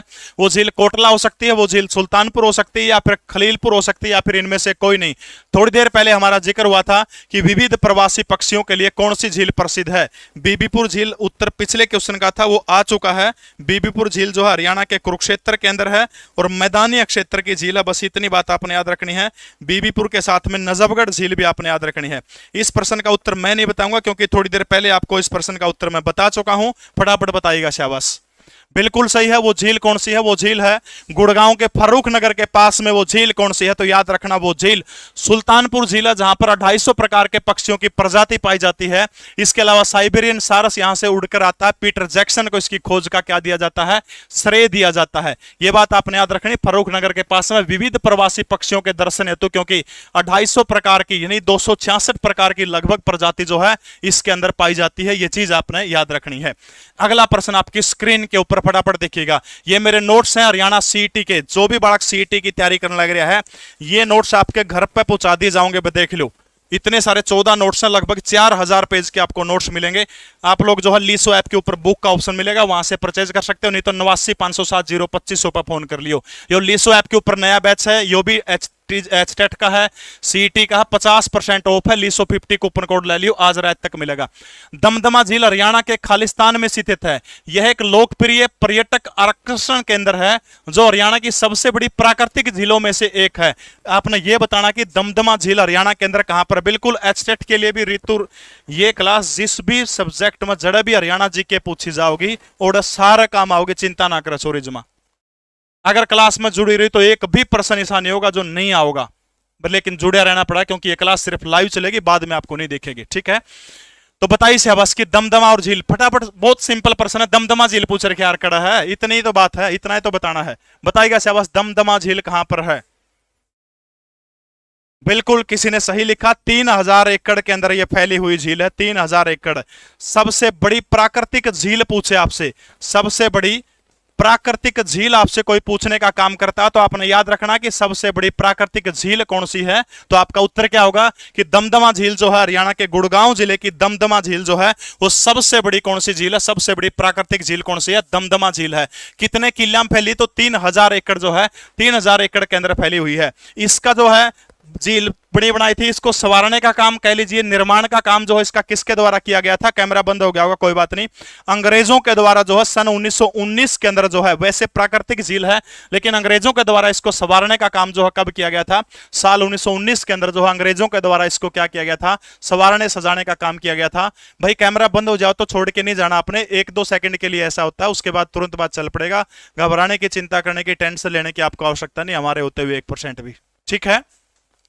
एक प्रश्न पूछा गया था कि ये जो झील जो है, इस झील की आकृति इस झील की आकृति किस प्रकार की है, वो आपने बताने का काम करना है। भाई थोड़ी सी दिक्कत है कैमरा में, कोई बात नहीं, चल पड़ा। देखो इस झील की आकृति कोई आपसे पूछे तो आपने याद रखना कैसी आकृति है, तो याद रखना अमीबा के आकार की आकृति है। यानी इस झील की आकृति जो है किस तरह की है, तो आपने याद रखना अमीबा, अमीबा जो एक जीव है और अमीबा के आकार की जो है आपने याद रखना इसकी आकृति है, ठीक है।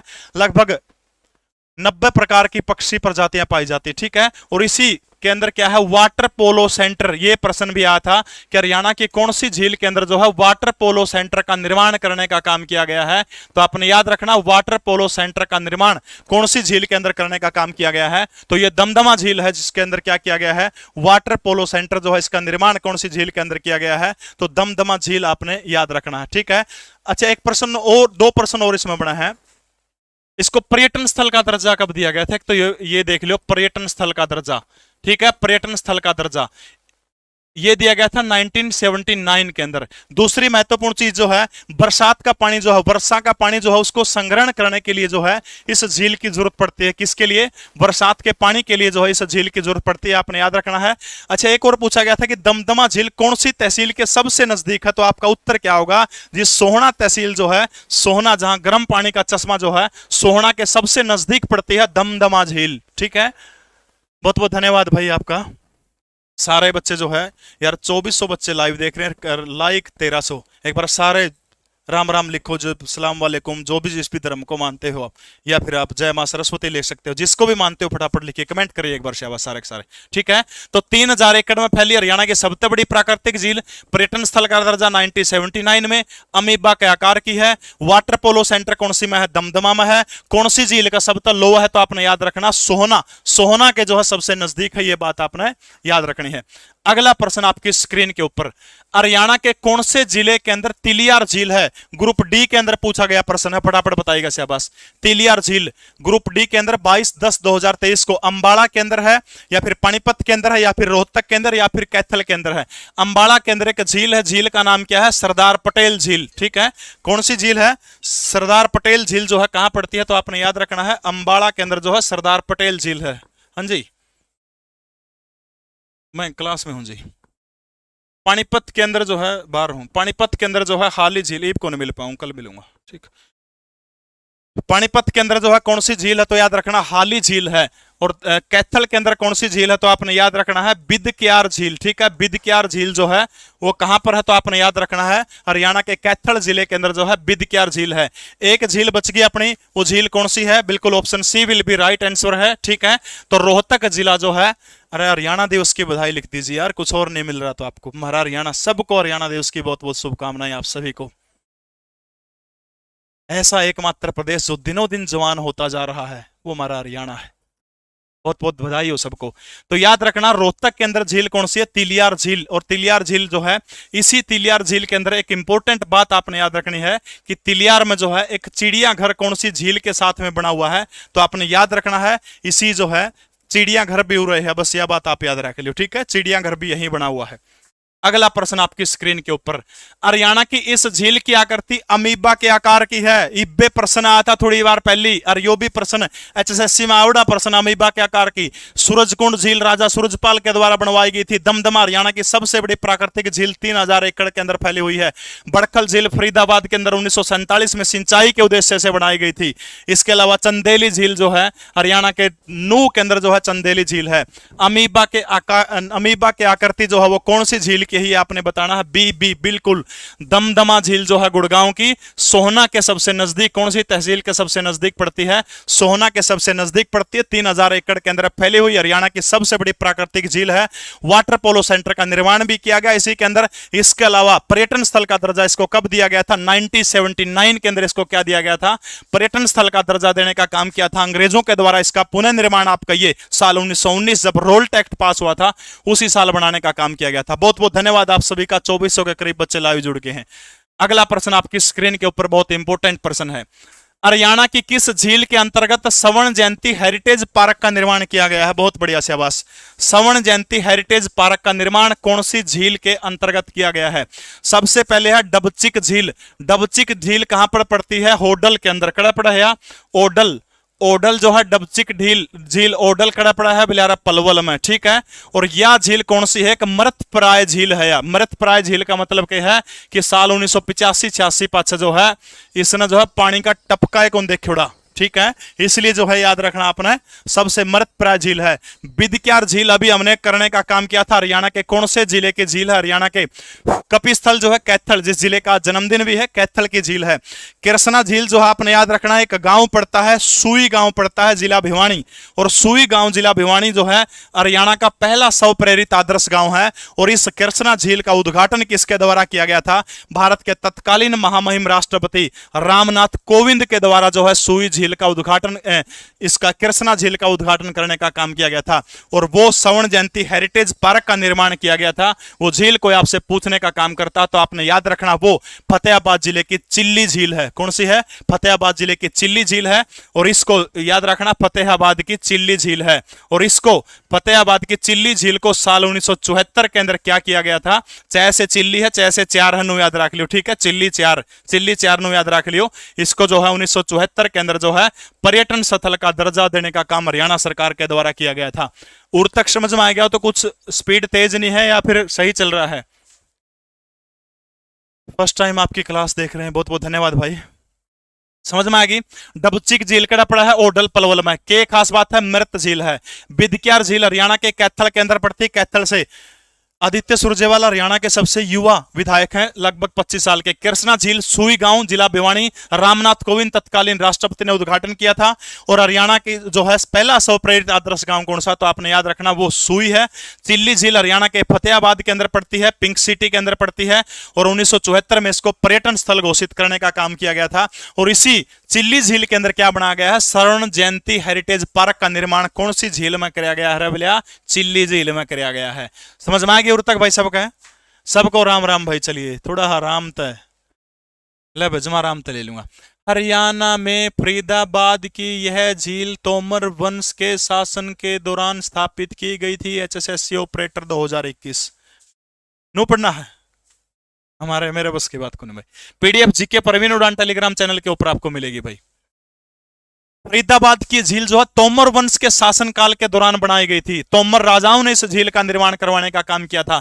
वो सूरजकुंड हो सकती है, वो सन्नित सरोवर जहां पर भगवान विष्णु और मां लक्ष्मी का स्थायी निवास स्थान माना जाता है, या फिर वो ब्रह्म सरोवर हो सकता है जो एशिया का पक्की ईंटों से बना हुआ सबसे बड़ा तालाब है, या वो कर्ण सरोवर हो सकता है जहां पर दानी कर्ण जो है सुबह उठते ही सबसे पहले दान करने का काम किया करते थे।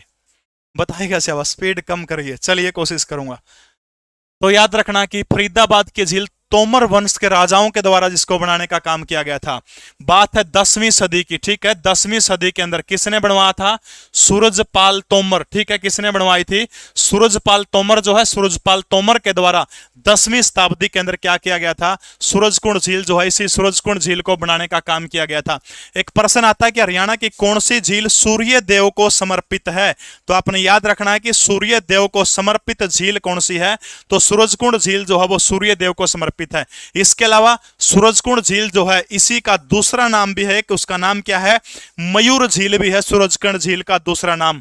आकृति पूछ ले तो आपने याद रखना है कि इसकी आकृति जो है वो याद रखना है, अर्धचंद्राकार की आकृति है इसकी, ठीक है। अर्धचंद्राकार की। बस 5 से 7 बात आपने याद रखनी है। यानी सूरजकुंड झील का निर्माण कब कराया गया था? तो याद रखना 10वीं शताब्दी के अंदर। किसके द्वारा करवाने का काम किया गया था? तोमर वंश के राजा सूरजपाल के द्वारा किया गया था। इसी को किस नाम से जाना जाता है? मयूर झील के नाम से भी जाना जाता है। इसकी आकृति पूछने का काम करे तो कौन सी है? अर्धचंद्राकार आकृति है। भगवान सूर्य को समर्पित कौन सी है? तो आपने याद रखना सूरजकुंड झील, ठीक है। सूरजकुंड झील, ठीक है। बस इतना आपने याद रखना है भाई। 10वीं शताब्दी आएगा, कई जगह 11वीं शताब्दी भी दिया गया है सर। बिल्कुल भाई, बहुत सारी किताबों में मिस्टेक हो सकती है, लेकिन आपने याद रखना ये 10वीं शताब्दी के अंदर बनी थी एग्जैक्ट, ठीक है। मैं जो भी डाटा उठाता हूं वो जो भी जिला होता है, जिले की जो ऑफिशियल वेबसाइट होती है वहां से उठाता हूं, ताकि अगर कल को आपको दिक्कत आए तो आपको प्रूफ में दे सकूं, ठीक है। तो 10वीं शताब्दी आप देखेंगे फरीदाबाद की जो वेबसाइट है उसके ऊपर आपको 10वीं शताब्दी दिया मिलेगा, ठीक है। बहुत सारी जगह 11वीं शताब्दी भी दिया होगा। हरियाणा में राष्ट्रीय आर्द्र भूमि संरक्षण कार्यक्रम के तहत कितने आर्द्र भूमियों को मान्यता देने का काम किया गया है? एचएसएससी डेंटल हाइजेनिस्ट पेपर 16 जुलाई 2021 के मध्य पूछा गया प्रश्न है भाई। बताइए शाबाश। हाँ, सिंगवा राघो वाले होगी, राम राम 3। बताओ भाई। आर्द्र भूमि मैंने पहले भी जिक्र किया था, 2 फरवरी 1971 वो तारीख थी जब रामसर कन्वेक्शन हुआ था।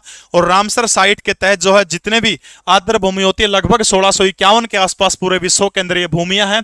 पूरे भारत के अंदर जिक्र किया था 85 आर्द्र भूमि है। इसके अलावा सबसे पहली कोई आपसे पूछे तो याद रखना चिल्का झील जो है सबसे पहली 1982 के अंदर थी। और इसके अलावा भाई सबसे बड़ी पूछे तो सुंदरवन डेल्टा जो है सबसे बड़ी आर्द्र भूमि है। और सबसे छोटी पूछे तो रेणुका झील है। हरियाणा के अंदर साल 2021 के अंदर जो है राष्ट्रीय आर्द्र भूमि संरक्षण कार्यक्रम के तहत 2, एक तो भिंडावास और दूसरी कौन सी है? सुल्तानपुर। इन दोनों को जो है भिंडावास और सुल्तानपुर, इन दोनों को क्या किया गया था? राष्ट्रीय आर्द्र भूमि संरक्षण कार्यक्रम के तहत क्या करने का काम किया गया था? मान्यता देने का काम किया गया था। सुल्तानपुर और भिंडावास, साल याद रख लियो 2021। वर्तमान में भारत की 85 साइट शामिल हैं। सबसे पहले उड़ीसा की चिल्का झील 1982, सबसे बड़ी क्षेत्रफल में पूछे तो सुंदरवन डेल्टा, सबसे छोटी आपसे पूछे तो कौन सी हो जाओगी? रेणुका झील हो जाएगी, हिमाचल प्रदेश की।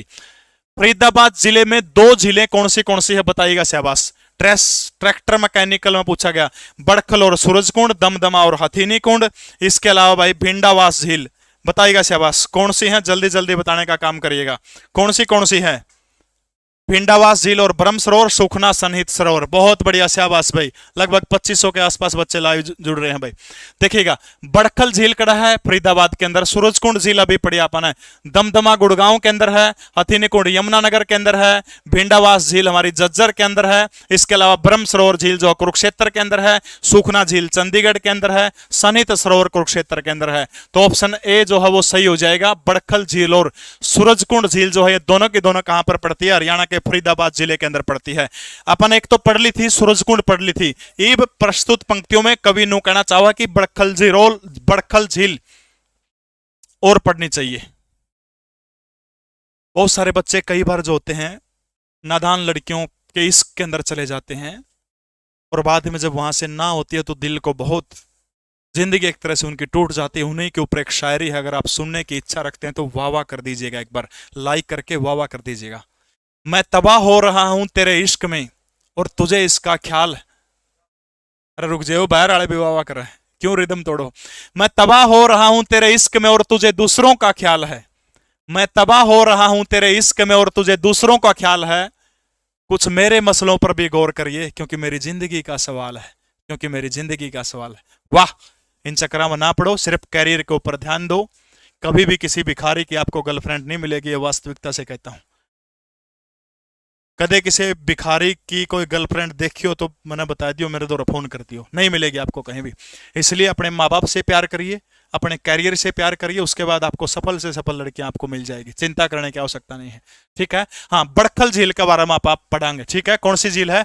बड़खल झील, सबसे इंपॉर्टेंट झील भाई। एक तो प्रश्न पूछा गया था कि दिल्ली से लगभग 32 किलोमीटर की दूरी के ऊपर कौन सी झील है, तो आपने याद रखना है कि दिल्ली से लगभग 32 किलोमीटर की दूरी के ऊपर वो झील कौन सी है, तो आपने याद रखना है बड़खल झील है। दूसरा पूछा गया था कि अब बड़खल झील जो है ये आपने याद रखना है कि कौन सी पर्वत श्रेणी में है, तो दक्षिण हरियाणा आ जाता है, वहां पर कौन सी पर्वत श्रेणी है, तो आपने याद रखना है किसका हिस्सा है, अरावली पर्वत श्रेणी। बस थोड़ी देर बाद 5-7 क्वेश्चन और आएंगे झीलों के, उसके बाद आंगलियां के ऊपर सारे झील जमानो चुटकियां मनू रात न सुते ठहके नो पूछ ले, डाबर झील कड़ा है, चक्रवर्ती कड़ा है, दौज कड़ा है, खुन्नी कड़ा है, निहारिका कड़ा है, मिनटा में चुटकियां में बताओगे जमा जब्बक, दावा करता हूं आपके सामने। ठीक है, चिंता करने की आपको आवश्यकता नहीं है। ठीक है, तो अरावली की पर्वत श्रेणी के अंदर है, दिल्ली से कितनी दूरी के ऊपर है, लगभग 30-32 किलोमीटर की दूरी के ऊपर जो है बड़खल झील है, ये आपने याद रखना है। ये एक कृत्रिम झील है, आप सबने बेरा सिंचाई खातिर इसको बनाने का काम किया था, कृत्रिम झील है, और जिस टाइम पर देश आजाद हुआ था उस टाइम सिंचाई खातिर साल 1947 के अंदर जो इसको बनाने का काम किया था। एक और प्रश्न पूछा गया था कि ये जो झील जो है किस वन्य जीव अभयारण्य के सबसे नजदीक है, तो आपने याद रखना है उस वन्य जीव अभयारण्य का नाम आपने याद रखना, असोला भट्टी वन्य जीव अभयारण्य के नाम उसका है बेलारा, असोला भट्टी वन्य जीव अभयारण्य। यानी बड़खल झील जो है किसके सबसे नजदीक है, तो आपका उत्तर क्या होगा कि असोला भट्टी वन्य जीव अभयारण्य जो है इसके सबसे नजदीक है, लगभग 206 एकड़ के अंदर फैली हुई है। एक और प्रश्न आओ है कि बेलारा बसंत ऋतु में कौन सी झील के ऊपर एक शो है, कौन सा शो है बसंत ऋतु के अंदर, फूलों का शो है जिसका नाम क्या है, फ्लावर शो। ठीक है, फ्लावर शो। और ये जो फ्लावर शो जो है प्रश्न HSSC में 2 से 3 बार आ गया कि बसंत ऋतु में हरियाणा की कौन सी झील के ऊपर फूलों का शो है, फूल दिए जाओ, तो आपने याद रखना कौन सी है वो, बसंत ऋतु, बसंत के ऊपर जो है फ्लावर शो कौन सी झील के अंदर होता है, बड़खल झील के अंदर। 5 से 4 बात याद रखने में रहे, बड़खल की बड़क क्यों ले रहे हो, फरीदाबाद में है, 1947 में बनी थी, सिंचाई खातर बनाई गई थी। ठीक है, इसके अलावा भाई इस पर जो है बसंत के टाइम पर क्या है, फ्लावर शो है, और दिल्ली 32 किलोमीटर दूर है, अरावली पर्वत श्रेणी में है, किसका सबसे लोहा पड़ा है, बिलारा असोला भट्टी का सबसे लोहा पड़ा है। हो गया याद? थैंक यू सुनीता बेटा, थैंक यू। हो गया याद सबका? असोला भट्टी वन्य जीव अभयारण्य, बिल्कुल। बस 5 बात याद रखनी है, जो मैन बात मैं और लिखूं जे कमेंट में तम टाइप भी करो नहीं, गलत गलत ये बात जो सी तम न बेरा है, और की भी तैयारी और गलत गलत टाइप करोगे, जो हाथ लिखोगे वो कदे को बोलो। थैंक यू सुनीता बेटा, बहुत बहुत धन्यवाद आपका। अगला प्रश्न आपकी स्क्रीन के ऊपर, हरियाणा में किस भौगोलिक क्षेत्र के स्वरूपों के कारण झीलों की संख्या बहुतायत है?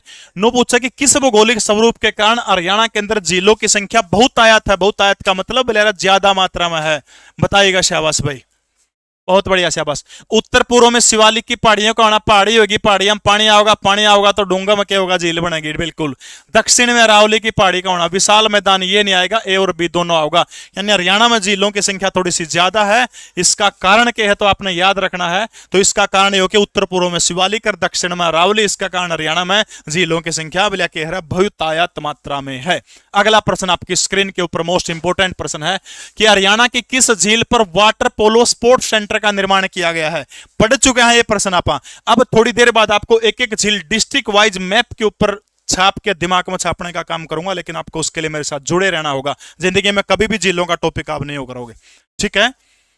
देखिएगा शाबाश कि किस झील पर water polo sports centre, Badkhal झील, कर्ण झील, दमदमा झील या फिर कोटला झील? बहुत बढ़िया, सुकीर्ति बल्हारा सबसे पहले उत्तर देने का काम किया है। जो भी बच्चा सबसे पहले उत्तर देगा उसका नाम भी लिखने का काम करूंगा। और वो कौन सी झील है? दमदमा झील के ऊपर जो है वाटर पोलो स्पोर्ट्स सेंटर का उद्घाटन करने का काम किया गया है। ये झील जो है दमदमा झील 3000 एकड़ के अंदर फैली हुई हरियाणा की सबसे बड़ी प्राकृतिक झील है, सोहना के सबसे नजदीक है। 90 प्रकार की पक्षियों की प्रजाति पाई जाती है। 1979 के अंदर इसको पक्षी विहार का, पर्यटन स्थल का दर्जा देने का काम किया गया था। अमीबा के आकार की क्या करती है? जिस भी साथी को सीईटी के नोट्स चाहिए, 14 नोट्स हैं, 4000 के करीब पेज, एक भी किताब आपको खरीदने की जरूरत नहीं पड़ेगी। 8950702500 ये नंबर है, इस पे फोन कर लियो, आपको 2 से 3 दिन के अंदर आपका घर कोरियर पहुंच जाएगा, ठीक है? ये नंबर है। अगला प्रश्न आपकी स्क्रीन के ऊपर, ले भाई झीला के प्रश्न तो मोटे मोटे कवर हो गए, ईब जुड़े रहियो, ठीक है? असोला भट्टी, राहुल शर्मा, राजस्थान में भी कुछ हिस्सा लगता है इसका, दिल्ली में हिस्सा लगता है, हरियाणा के अंदर अलवर भरतपुर से शुरू हो जाता है, हरियाणा के अंदर भी इसका थोड़ा सा फरीदाबाद का हिस्सा टच करता है, ठीक है। अब आ जाओ भाई झीलों के बारे में, देखो एक एक झील आपको याद करवाने का काम करूंगा बड़े आसानी से। सबसे पहले आ जाओ सबसे ऊपर, उत्तर में हरियाणा का कौन सा जिला है? यो पंचकुला है।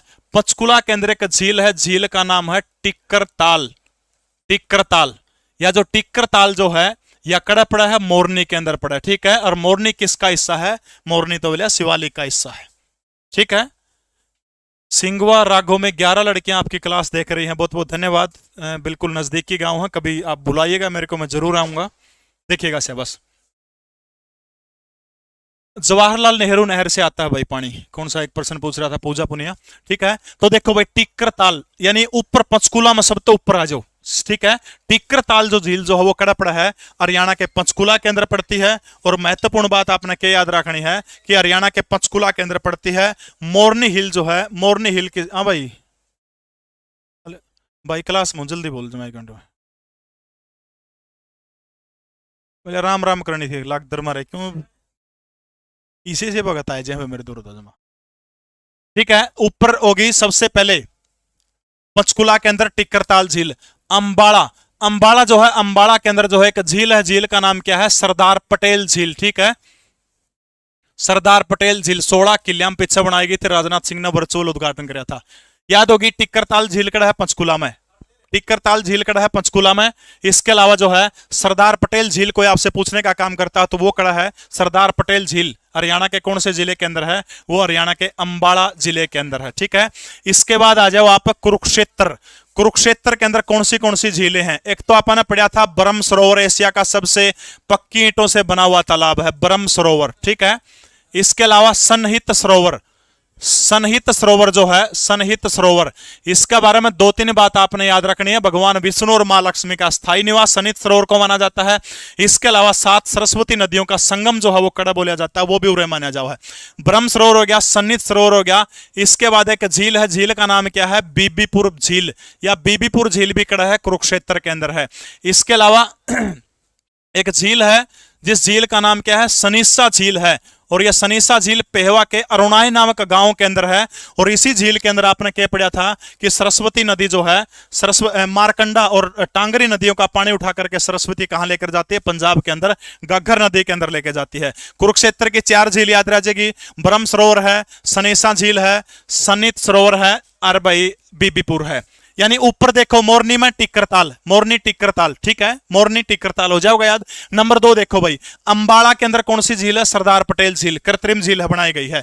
कुरुक्षेत्र की 4 मोटी मोटी झील, ब्रह्म सरोवर झील हो जाएगी, सन्नित सरोवर झील कर दोगे। बीबीपुर झील जो है आपने याद रखना, बीबीपुर झील जो है मैदानी क्षेत्र की झील है। और चौथी कौन सी होगी? सनीसा झील होगी, ठीक है। कैथल आ जाओ, कैथल के अंदर कौन सी झील पड़ी थी आपने? बिदक्यार झील, बिदक्यार झील हरियाणा के कौन से जिले के अंदर है? कैथल के अंदर, ठीक है। करनाल, करनाल के अंदर आ जाओ कर्ण झील, ठीक है, कर्ण झील, कर्ण झील। इसे कर्ण झील का दूसरा नाम आपने याद रखना, तो याद रखना चक्रवर्ती झील के भी नाम से जाना जाता है, ठीक है। क्योंकि बीएन चक्रवर्ती हरियाणा के राज्यपाल हुआ करते थे, उनके नाम से, ठीक है, बीएन चक्रवर्ती के नाम से है ये। और याद रखना कि चक्रवर्ती झील भी इसी को कहा जाता है। 1972 के अंदर इसको क्या दिया गया था? पर्यटन स्थल का दर्जा दिया गया था। करनाल की ओर को याद है आपको? कर्ण झील होगी, चक्रवर्ती झील होगी। इसके अलावा जो है इसी को उरे एक जो है इस कर्ण ताल भी है, ठीक है, कर्ण ताल। ये जो चक्रवर्ती झील आपका ये कर्ण झील करिए, आपको याद होगा जिस टाइम पे नो हो गया भाई अर्जुन को मारने का काम करेगा, तो भगवान कृष्ण के कहने से माता कुंती इनके पास गई थी और जाकर के क्या मांगने का काम किया था? कवच कुंडल। और वो इंद्र जब वापिस गए तो इंद्र ने जाकर के जो कवच कुंडल मांगे थे, याद रखना, इसी कर्ण झील के किनारे जो थे वो मांगने का काम किया था, ठीक है। अगला है पानीपत। पानीपत के अंदर एक बहुत बड़े उर्दू कवि हुए जिनका नाम है हाली झील। हाली झील हरियाणा के कौन से जिले के अंदर है? हरियाणा के पानीपत जिले के अंदर है हाली झील। जींद के अंदर भी एक झील है, कोई बताओगा जींद में कौन सी है? जींद के अंदर कौन सी झील है? समझ में आएगी। टिक्करताल मोरनी के अंदर, अंबाड़ा में कौन सी झील है? सरदार पटेल झील है। कैथल के अंदर बिदक्यार झील है। करनाल के अंदर कर्णताल कह लीजिए, कर्ण झील कह लीजिए, चक्रवर्ती झील कह लीजिए। 1972 के अंदर पर्यटन स्थल का दर्जा देने का काम किया था। हाली झील कड़ा है तो आपने याद रखना ये पानीपत के अंदर है। सिरसा के अंदर एक झील है, झील का नाम क्या है? धनुर झील। और इसी धनुर झील को क्या कहा जाता है? ओटू बांध या फिर विराज बांध, जो घग्गर नदी के ऊपर बनाने का काम किया गया, ठीक है। हरियाणा का एक जिला है और आज वो फतेहाबाद। फतेहाबाद झील के अंदर एक झील है, झील का नाम क्या है? चिल्ली झील। ठीक है, जरा स्वर्ण जयंती हेरिटेज पार्क बनाया गया था 1974 के अंदर। चिल्ली झील को किसका दर्जा देने का काम किया था? तो आपने याद रखना 1974 के अंदर जो है चिल्ली झील को पर्यटन स्थल का दर्जा देने का काम किया गया था। हरियाणा का हिसार के अंदर आज एक झील है ब्लू बर्ड झील। ठीक है, ब्लू बर्ड झील, और इसे ब्लू बर्ड झील जो है हिसार में है। इसमें बीच में थोड़ी माटी घेर रखी, बोले द्वीपाली झील होगी, अभी थोड़ी एक ट्रेली माटी की घेर रखी, एक द्वीपाली झील इसने बोलते हैं। ठीक है, तो याद रखना ब्लू बर्ड झील। इसे तो मिलता जुलता नाम है ब्लू का ब्लैक झील। ठीक है, ब्लैक बर्ड झील या ब्लैक बर्ड झील भी हिसार में है, लेकिन हिसार के आसी के अंदर है भैया, बात याद रख लियो, आसी में है। दूसरा, आसी में एक तालाब है जो एचएसएससी ने 3 बार पूछ लिया, तालाब का नाम क्या है? आमटी तालाब। ठीक है, आमटी तालाब कड़ा पड़ा है तो आपने याद रखना है आसी के अंदर है। ठीक है, ब्लू बर्ड हिसार में, ब्लैक बर्ड पूछा आसी में, आमटी तालाब पूछा तो आपने याद रखना यो भी कड़ा है आसी के अंदर है। ठीक है, अब इसके अंदर आ जाओ भाई भिवानी। भिवानी के अंदर झील कौन सी पड़ी थी आपने? कृष्णा झील। ठीक है, कृष्णा झील जो है सुई गांव के अंदर है। हरियाणा का पहला स्व प्रेरित आदर्श गांव कौन सा है? सुई गांव है। रामनाथ कोविंद महामहिम राष्ट्रपति के द्वारा उद्घाटन करने का काम किया था। इसके बाद आ जाओ चरखी दादरी। चरखी दादरी के अंदर एक सरोवर है, सरोवर का नाम क्या है? श्याम सरोवर। ऐसी मान्यता है कि पांडव जो थे वो श्याम सरोवर के अंदर रुके थे। ठीक है, समझ में आएगी। कैथल में कौन सी झील है? बिदक्यार झील है। सिरसा में ओटो झील या फिर धनुर झील है। फतेहाबाद के अंदर चिल्ली झील 1974, चाहे चिल्ली चाहे 74। ठीक है, 1974 के अंदर पर्यटन स्थल का दर्जा दिया गया था। हिसार में ब्लू बर्ड, आसी में ब्लैक बर्ड। हिसार में ब्लू बर्ड, आसी में ब्लैक बर्ड। आमटी तालाब कड़ा है, आसी के अंदर है। भिवानी के अंदर कृष्णा झील है, रामनाथ कोविंद ने उद्घाटन करने का काम किया था। चरखी दादरी के अंदर कौन सा सरोवर बताया जाता है? तो चरखी दादरी के अंदर कौन सा सरोवर है? श्याम सरोवर है। जींद की एक झील नहीं बताई किसी ने भाई। अगला देखिएगा रोहतक। रोहतक के अंदर एक झील है, झील का नाम क्या है? तिलियार झील। NH9 के ऊपर पड़ती है तिलियार झील। और इसी तिलियार झील के पास में क्या बनाया गया है? भैया चिड़िया घर बनाने का काम किया गया है। क्लास सिर्फ लाइव दिखेगी, उसके तुरंत 20 मिनट बाद जो है ये क्लास होजिल हो जाएगी आपकी नजरों के सामने से। नोट सारे के सारे PDF आपने दे दूंगा जीके प्रवीण उड़ान टेलीग्राम चैनल के ऊपर। ठीक है, टिक्कर तार झील आएगी, ऊपर लिख दी मोरनी में भाई। ठीक है, उर्तक सबका याद होगी। सा को बालक है अथेली पर के मोटे अथेली पर के दिमाग वाला, जिसका याद नहीं हुई फटाफट बताइएगा। ब्लू बर्ड को 1996 के अंदर दर्जा दिया गया था पर्यटन स्थल का। किसे का उर्तक याद नहीं हुई तो फटाफट बताइएगा शाबाश। 1976 के अंदर रोहतक के अंदर जो है 1976 के अंदर जो है तिलियार झील को क्या दिया गया था? पर्यटन स्थल का दर्जा दिया गया था। इसके अलावा रोहतक में ही एक तालाब है, तालाब का नाम क्या है? गौकर्ण तालाब। ठीक है, अकेला कर्ण तालाब आ जाओ तो आपका उत्तर करनाल होगा। जो नो पूछ ले कि गौकर्ण तालाब हरियाणा के अंदर कहां है, तो फिर आपका उत्तर क्या हो जाएगा? गौकर्ण तालाब हरियाणा के कौन से जिले के अंदर? तो आपने याद रखना है हरियाणा के रोहतक जिले के अंदर। लाडी एक गिलास पानी दी भाई। रोहतक जिले के अंदर है गौकर्ण तालाब। ठीक है, इसके बाद पलवल। पलवल के अंदर जो है कौन सी झील अपना जिक्र किया था? डबचिक झील। ठीक है, पलवल के अंदर कौन सी झील है? डबचिक झील है पलवल के अंदर। और ये डबचिक झील जो है एक मृतप्राय झील है, मतलब इसमें पानी को नहीं, पानी नहीं होगा तो फिर क्या होगा? सूख जाएगी। तो एक डबचिक झील जो है कौन सी झील मानी जाती है? मृतप्राय झील मानी जाती है। सोनीपत में कौन सी झील है? बताओ भाई, सोनीपत वाले चित्तो उर्तक याद हो गया तो थोड़ा आगे चल अपना पे। सोनीपत, सोनीपत के अंदर कौन सी झील बताई थी? सोनीपत के अंदर, सोनीपत में डाबर का तेल लाना, सोनीपत में याद रख लियो। डाबर झील। ठीक है, डाबर झील हरियाणा के कौन से जिले के अंदर है? बोला सोनीपत के अंदर झील कौन सी है? तो आपने याद रखना डाबर झील। डबचिक झील जो है, डबचिक झील पलवल ओडल के अंदर है, एक मृतप्राय झील है। ठीक है, सोनीपत के अंदर कौन सी है? डाबर झील है। ठीक है, इसके बाद आ जाओ भाई फरीदाबाद। बहुत सारे झीलें हैं भाई फरीदाबाद के अंदर, देखो कौन सी है। धोज झील, धोज। खूनी झील, खूनी झील। निहारिका झील, निहारिका। सूरजकुंड झील, सूरजकुंड झील। अनंगपुर झील, अनंगपुर झील। इसके अलावा बड़खल झील। ये सारी की सारी झीलें कड़ा की है हरियाणा के फरीदाबाद की है। ठीक है। दोज, खूनी, निहारिका, बड़खल दोज, खूनी, निहारिका, बड़खल, सूरजकुंड, अनंगपुर, ये सारे के सारे झीलें कौन से जिले की हैं? तो फरीदाबाद जिले की। दोज झील, खूनी झील, निहारिका झील, सूरजकुंड झील, अनंगपुर झील, बड़खल झील। डाबर झील सोनीपत की थी। और ये जो छह झील आपने याद रखनी, कड़क याद रखनी, छह की छह झील ये फरीदाबाद जिले की है। इसके बाद आ जाओ हरियाणा का मिलेनियम सिटी, साइबर सिटी, बहुत बरानी के सिटी है। और वो जिला कौन सा? हरियाणा का गुड़गांव। फटाफट लिखिएगा हरियाणा के गुड़गांव के अंदर कौन सी झील है, फटाफट लिखिएगा। देखिएगा गुड़गांव के अंदर घाटा झील, घाटा झील। बसई झील, बसई एक वेटलैंड है, आपने याद रखना है। आदर भूमि झील भी इसको बोला जाता है, ठीक है, आदर भूमि झील, ठीक है। इसके अलावा सुल्तानपुर झील, सुल्तानपुर झील। इसके अलावा दमदमा झील, दमदमा झील, ठीक है। बस घाटा झील, बसई झील, सुल्तानपुर झील और दमदमा झील, ये सारे के सारे कड़े के झील हैं। तो आपने याद रखना है ये गुड़गांव की झील है। इसके अलावा गुड़गांव में कुंड, और आप याद रख सको कुंड कौन सा है? भीम कुंड, ठीक है, भीम कुंड, याद हो जाओगा सबका, भीम कुंड। उर्तक समझ बिल्कुल मेरी बुलबुल, जींद की बुलबुल झील। देखो भाई, डाबर झील सोनीपत की। फरीदाबाद में कौन सी है? दोज, खूनी, निहारिका, सूरजकुंड, अनंगपुर, बड़खल, ठीक है। दोज, खूनी, निहारिका, दोज, खूनी, निहारिका, सूरजकुंड, बड़खल, अनंगपुर, ये छह जिले आपने कड़क याद रखनी है। ये छह जिले फरीदाबाद की है। गुड़गांव की कौन सी आपने याद रखनी है? घाटा झील, सुल्तानपुर झील, दमदमा झील, भीमकुंड और एक और थी खलीलपुर झील, ठीक है, खलीलपुर झील। ये सारी की सारे जिले जो हैं हरियाणा के कौन से जिले के जिले हैं? हरियाणा के गुड़गांव जिले के जिले हैं। बहुत बार ये प्रश्न आया है, बिल्कुल गर्म पानी का चश्मा है सोना के अंदर, ठीक है जी। संजू वर्मा आज की क्लास, ठीक है, लीसो ऐप के ऊपर डाल दूंगा इसको, जो नया बैच है सीईटी का, उसके अंदर ये क्लास आपको क्लास खत्म होने के बाद मिल जाएगी, ठीक है। घाटा झील, बसई झील, सुल्तानपुर झील, दमदमा झील, भीमकुंड, खलीलपुर, ये सारे के सारे झील हरियाणा के कौन से जिले की है? तो आपने याद रखना हरियाणा के गुड़गांव जिले की है।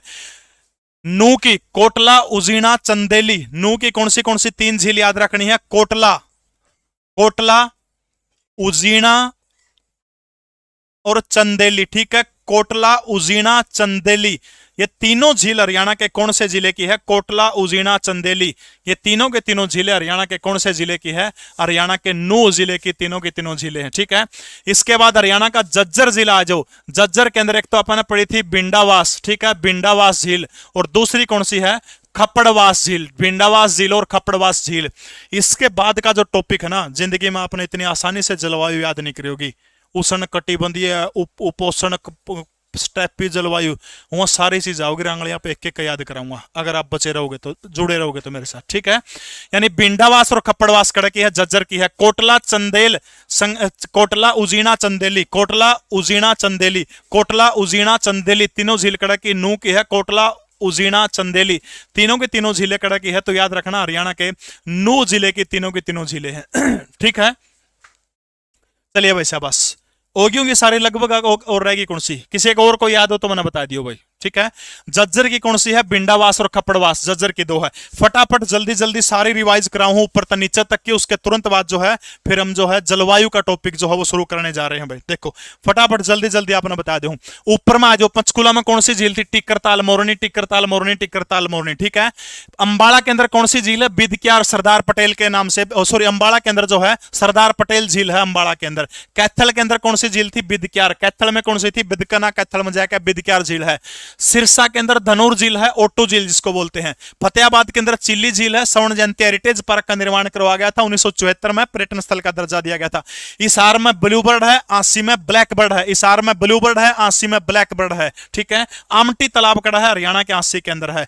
सुई हरियाणा का पहला स्व प्रेरित आदर्श गांव है। कृष्णा झील है, रामनाथ कोविंद महामहिम राष्ट्रपति ने उद्घाटन किया था, ठीक है। इसके बाद देखो चरखी दादरी, श्याम सरोवर है, जो पांडव आके रुके थे। श्याम सरोवर कहा पांडव लक्ष्य की साबुन गलाई से श्याम सरोवर में आए थे, बस ये बात याद रख लियो, ठीक है। इसके बाद आ जाओ भाई पलवल। पलवल के अंदर एक झील है, झील का नाम क्या है? डबचिक झील, जिसको क्या कहा जाता है? मृत प्राय झील कहा जाता है डबचिक झील को, ठीक है। इसके बाद आ जाओ भाई रोहतक में तिलियार झील, इसका किनारा चिड़ियाघर है। गौकर्ण तालाब भी रोहतक के अंदर है। पानीपत में क्या है? हाली झील है भाई। करनाल के अंदर कर्ण झील आपने याद रखनी है। कुरुक्षेत्र की ब्रह्म सरोवर, सनित सरोवर, बीबीपुर, सनीसा झील। अरे याद होगा कि मैं बोलूं, बताइए एक बार, याद हो को नहीं होती, ठीक है। एक बार बताओ शाबाश, रिपीट करवाऊं निचाली का अगला टॉपिक शुरू करूं, जल्दी जल्दी बता दो शाबाश। अगला देखिए वैसे बस इतने कमेंट आओगे इतने तो मैं एक बार और फटाफट कर दूंगा रिवाइज। देखो भाई, सोनीपत में डाबर झील, सोनीपत में डाबर झील, फरीदाबाद में दोज, खूनी, निहारिका, फरीदाबाद में दोज, खूनी, निहारिका, सूरजकुंड, अनंगपुर, बड़खल झील, ठीक है। नू के अंदर कोटला, उजीना, चंदेली, कोटला, उजीना, चंदेली, ठीक है। गुड़गांव की गाटा झील, बसई झील, सुल्तानपुर, दमदमा, भीमकुंड, खलीलपुर, ये आपने याद रखनी है। खपड़वास और भिंडावास कड़गी है, खपड़वास और भिंडावास दोनों की दोनों झीलें हरियाणा के कौन से जिले की हैं? झज्जर जिले की झीलें हैं भाई। जोर लाऊंगा जद याद होगा, नहीं कौन पूछा था। नेक्स्ट चलिए वैसे बस ले भाई, अगला प्रश्न बहुत इंपॉर्टेंट प्रश्न आ गया। ईब जो बालक समझ के जुड़ा रहोगा जिंदगी में कंफ्यूजन नहीं रहोगा, जब बकायद दूंगा जमा जड़ तमेट दूंगा बैम नजमा, लेकिन जुड़े रहना पड़ेगा। एमडी रियाज अब्बासी नोट्स के लिए आप 89 507 02500 इस नंबर के ऊपर आप कॉल कर सकते हैं। एक भी अलग से किताब आपको पढ़ने की आवश्यकता नहीं पड़ेगी, एरर फ्री नोट्स हैं सारे के सारे। 3 से 4 महीने की मेहनत के बाद ये तैयार किए गए हैं, ठीक है। डंगा नहीं है, देसी की है, प्योर। बताइए साहब बस, हरियाणा की जलवायु मुख्यतः कौन सी? टुंड्रा जलवायु, उष्ण कटिबंधीय स्टेपी जलवायु, आर्द्र उष्ण कटिबंधीय जलवायु, या फिर उपरोक्त सभी? बहुत बढ़िया भाई शाबाश, बहुत बढ़िया, बताइएगा शाबाश। बहुत इंपॉर्टेंट तरीके से जो है, देखो सबसे पहली चीज जो है, 2 बात आपने याद रखनी। एक तो मौसम हो है, एक जलवायु हो है। कोई बंदा नु बता इसका कि मौसम और जलवायु में क्या फर्क हो है? मौसम इन छोरियां की तरह हुआ बदलती रहा है मौसम, लेकिन जलवायु बहू की तरह हुआ 35-40 साल काटेगी एक बार आया पाछे। समझ में आएगी? मौसम बदलता रहा, आज की में है तड़कन की में हो जाएगा। जलवायु के है कि 35-40 साल में एक बार बदलेगी, जलवायु ठीक वैसी ही रहेगी। समझ में आएगा? 2 चीजें हैं, मौसम परिवर्तनशील हो है, जलवायु अपरिवर्तनशील हो, लंबा टाइम के बाद 35-40 साल 45 साल भी कैड इसका है। उर तक समझ में आएगी? अब देखो ये मामला क्या है, कौन सी जलवायु के पाई जाओ। देखो बिल्कुल समझ के धीरे धीरे रिपीट भी कर दूंगा, मैंने कोई समस्या नहीं है। यू आ गया भाई ग्लोब, ग्लोब दिख गया, ग्लोब दिख गया। इस ग्लोब के बीचों बीच एक रेखा खींची जाती है, इस रेखा को क्या कहा जाता है? 0 डिग्री लाइन होती है, 0 डिग्री। इसी रेखा को क्या कहा जाता है? भूमध्य रेखा कहा जाता है, ठीक है। भूमध्य रेखा, इसी 0 डिग्री को भूमध्य रेखा कहा जाओ, ठीक है। अब देखो, अब जलवायु पत्नी की तरह होती है, 35-40 साल तो काट देगी, फिर कड़ा करे जाओ। देखो इस 0 डिग्री के ठीक ऊपर आप जाओगे, अक्षांशीय रेखाएं हैं। देखो अक्षांशीय रेखाएं कौन सी हो है? ऐत अक्षांश हो गया, लंबी होगी, या हो गया अक्षांशीय।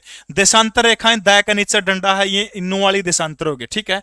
अब उर जो है एक 23.5 डिग्री उत्तरी अक्षांश रेखा है, 23.5 डिग्री उत्तरी अक्षांश रेखा। इस 23.5 उत्तरी डिग्री अक्षांश रेखा को ही क्या कहा जाता है? कर्क रेखा कहा जाओ, और कर्क तो छाते में लगेगी, ठीक है, ठीक है। यानी 23.5 डिग्री 0, इससे ऊपर की बात मैं कर रहा हूं, समझ में आएगी?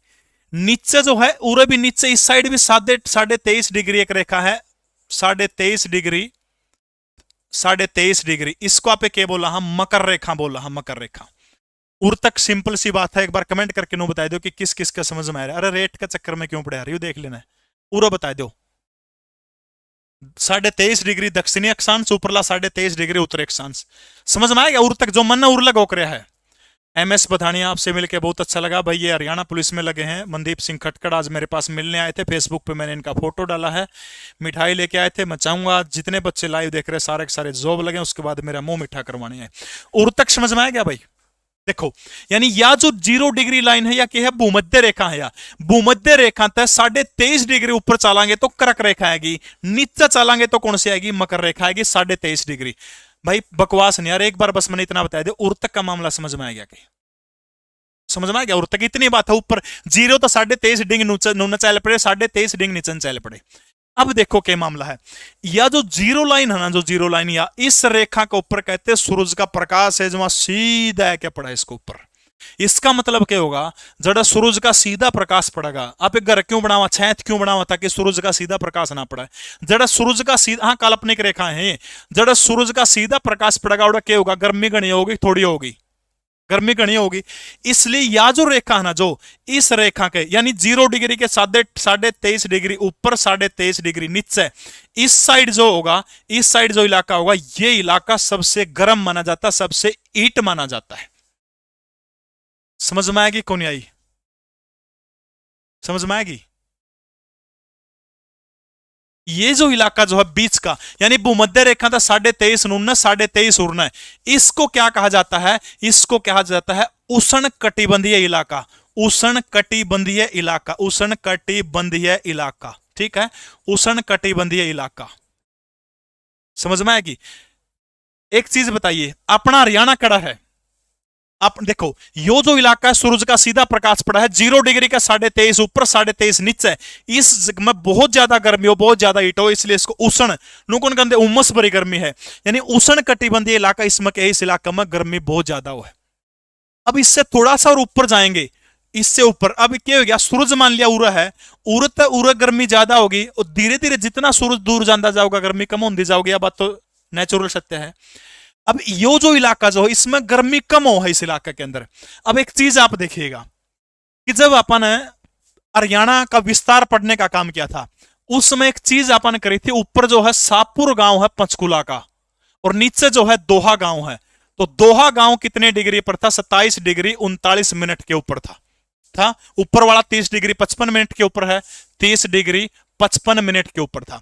अब ये देशांतर रेखाएं जब हरियाणा में जाओगी, यानी 23 हो गया, 4 उरही है, जो उरही हमारा हरियाणा, 27 डिग्री जो है जो दोहा गांव को छूकर निकलती है, 27 डिग्री 39 मिनट। इसका मतलब जो है इस एरिया के अंदर, यानी 23.5 तो आएगी, थोड़े ऊपर बढ़ो, 4 डिंग और बढ़ जाओ, 4 आगे गए तो 27 डिग्री 39 मिनट यह रेखा किस गांव को छूगी? हरियाणा के मेवात के दोहा गांव को छूने का काम इसने कर दिया, ठीक है। और यो जो इलाका हो गया, इस इलाके के अंदर कम गर्मी होती है, ठीक है, और इसी को क्या कहा जाता है? उपोषण, ठीक है, उपोषण कटिबंधीय, उपोषण कटिबंधीय, उपोषण कटिबंधीय, ठीक है। उप मैंने थोड़ा, ठीक है, यानी थोड़ी गर्मी हो रहा है, इस इलाके से ज्यादा गर्मी, तो इसलिए उष्ण कौन सी होगी? उष्ण भयंकर गर्मी। उपोषण क्या हो गया? उस तक थोड़ी गर्मी। इसलिए जो हरियाणा जो है, हरियाणा किसके अंदर आ गया? हरियाणा की जलवायु कौन सी है? उपोषण कटिबंधीय। इसमें लिख कौन रखा के? उपोषण कटिबंधीय। इसमें लिख कौन रखा? हरियाणा की जो जलवायु जो कौन सी है? उपोषण कटिबंधीय जलवायु है हरियाणा की। समझ में आएगी? किस किस का समझ में आएगी? सच्ची बताइए, मैंने दोबारा बतानी पड़ेगी कि नहीं बतानी पड़ेगी? बिल्कुल, गर्मी और सर्दी दोनों का मिश्रण। सच्ची बताना, उड़ता के बात समझ में आएगी कौन आई? एक बार कमेंट करके बताओ, मेरा पेटा है कौन भरिया? मनु लगा कि सही तरीके से नहीं समझा पाया मैं आप लोगों को। बताइएगा शाबाश। अरे नमस्ते हो गए संगीता बेटा, मैं जो बात पूछूं आप तो सिर्फ मैंने उतना बता दो कि यह बात आपका समझ में आएगी कौन आई। क्लियर हो गया? टॉपिक कौन हो गया? मैंने बस इतना बता दो। अर्जुन करे रिपीट। कौन आई? कौन आई? कौन आई? दोबारा और करा दूंगा, जिसका थेड़ी पर का दिमाग से नहीं देखो उसका तो समझ में आओ को नहीं। अरे आदर करता है यार, आदर जलवायु तो ऊपर शिवालिक में पाई जाओ, गलत कड़ा लगाया मैंने। आदर जलवायु ऊपर शिवालिक की जो 72 किलोमीटर की चौड़ी पट्टी है ना ऊपर को, आदर कड़ा होगी, गिल्ला गिल्ला कड़ा होगा, जरा को टपका पड़ेगा ओढ़े तो गिल्ला होगा, और टपके बारिश के कड़ा पड़ा है, ऊपर पड़ा है शिवालिक में, तो शिव आदर तो वह होगी, आदर थोड़ी, आदर तो ऊपर ऊपर की जलवायु अपनी।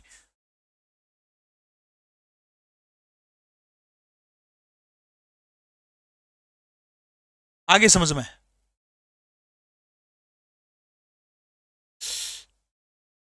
समझ में आएगी? दोबारा फटाफट देख लो एक बार, इसका नहीं आई हो एक बार और समझा दो।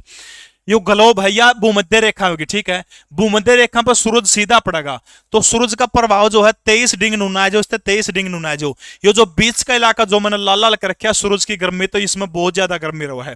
यानी या जो लाइन जो है, या रेड कर दी मैंने, या जो लाइन है 23.5 डिग्री है, और हरियाणा का दोहा गांव जो है वो 27 डिग्री 39 मिनट के ऊपर है, यानी इससे ऊपर है।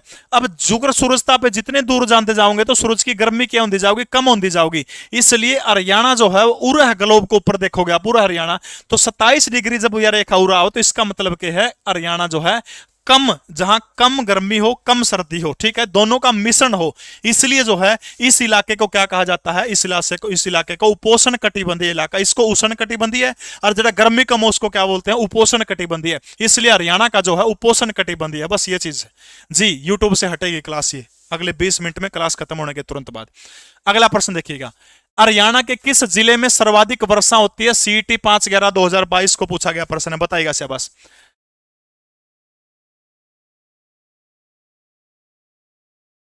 बोलिए शाबाश।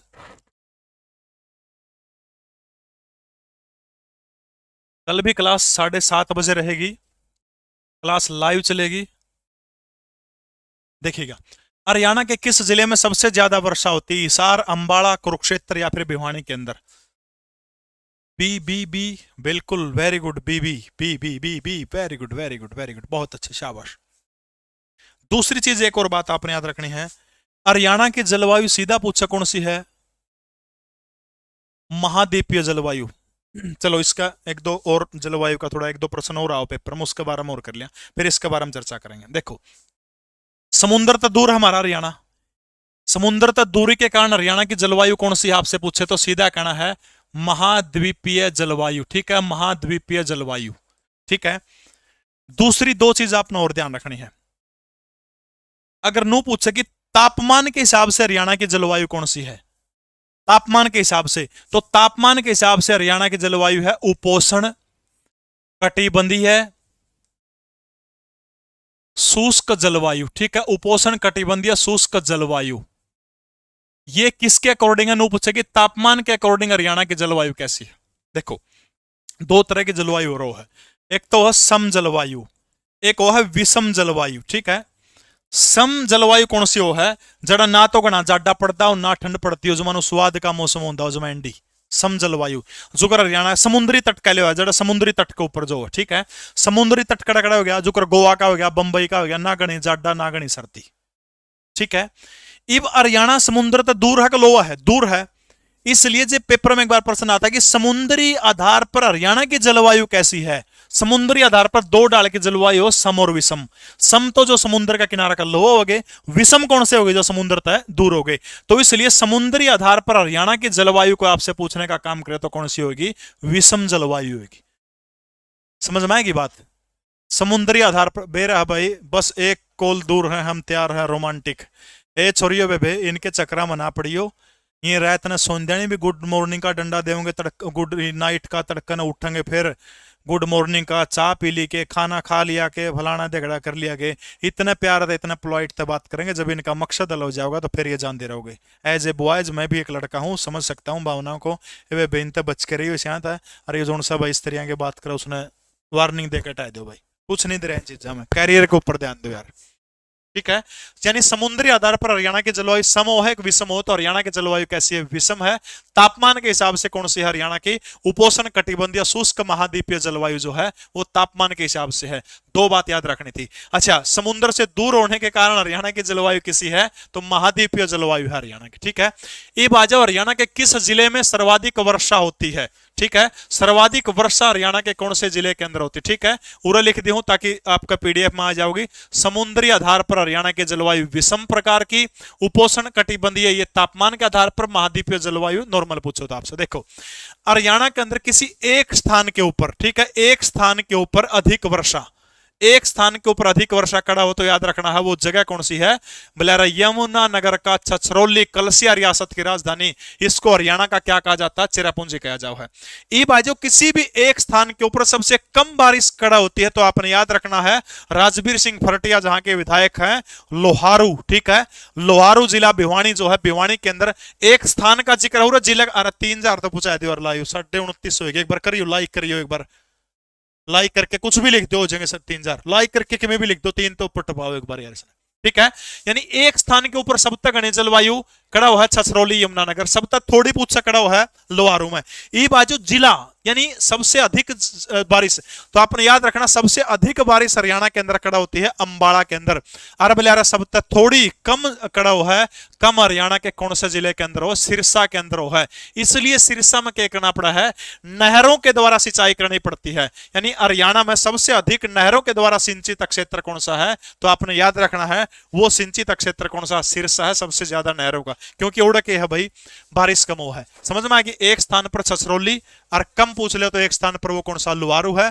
जिला कोई आपसे पूछने का काम कर ले तो कौन सा है, तो याद रख लेना जिला अंबाला में गणी हो है, कम थोड़ी हो, कम सिरसा में हो। देखो हरियाणा का सबसे शुष्क जिला कौन सा माना जाता है, हरियाणा का सबसे शुष्क जिला,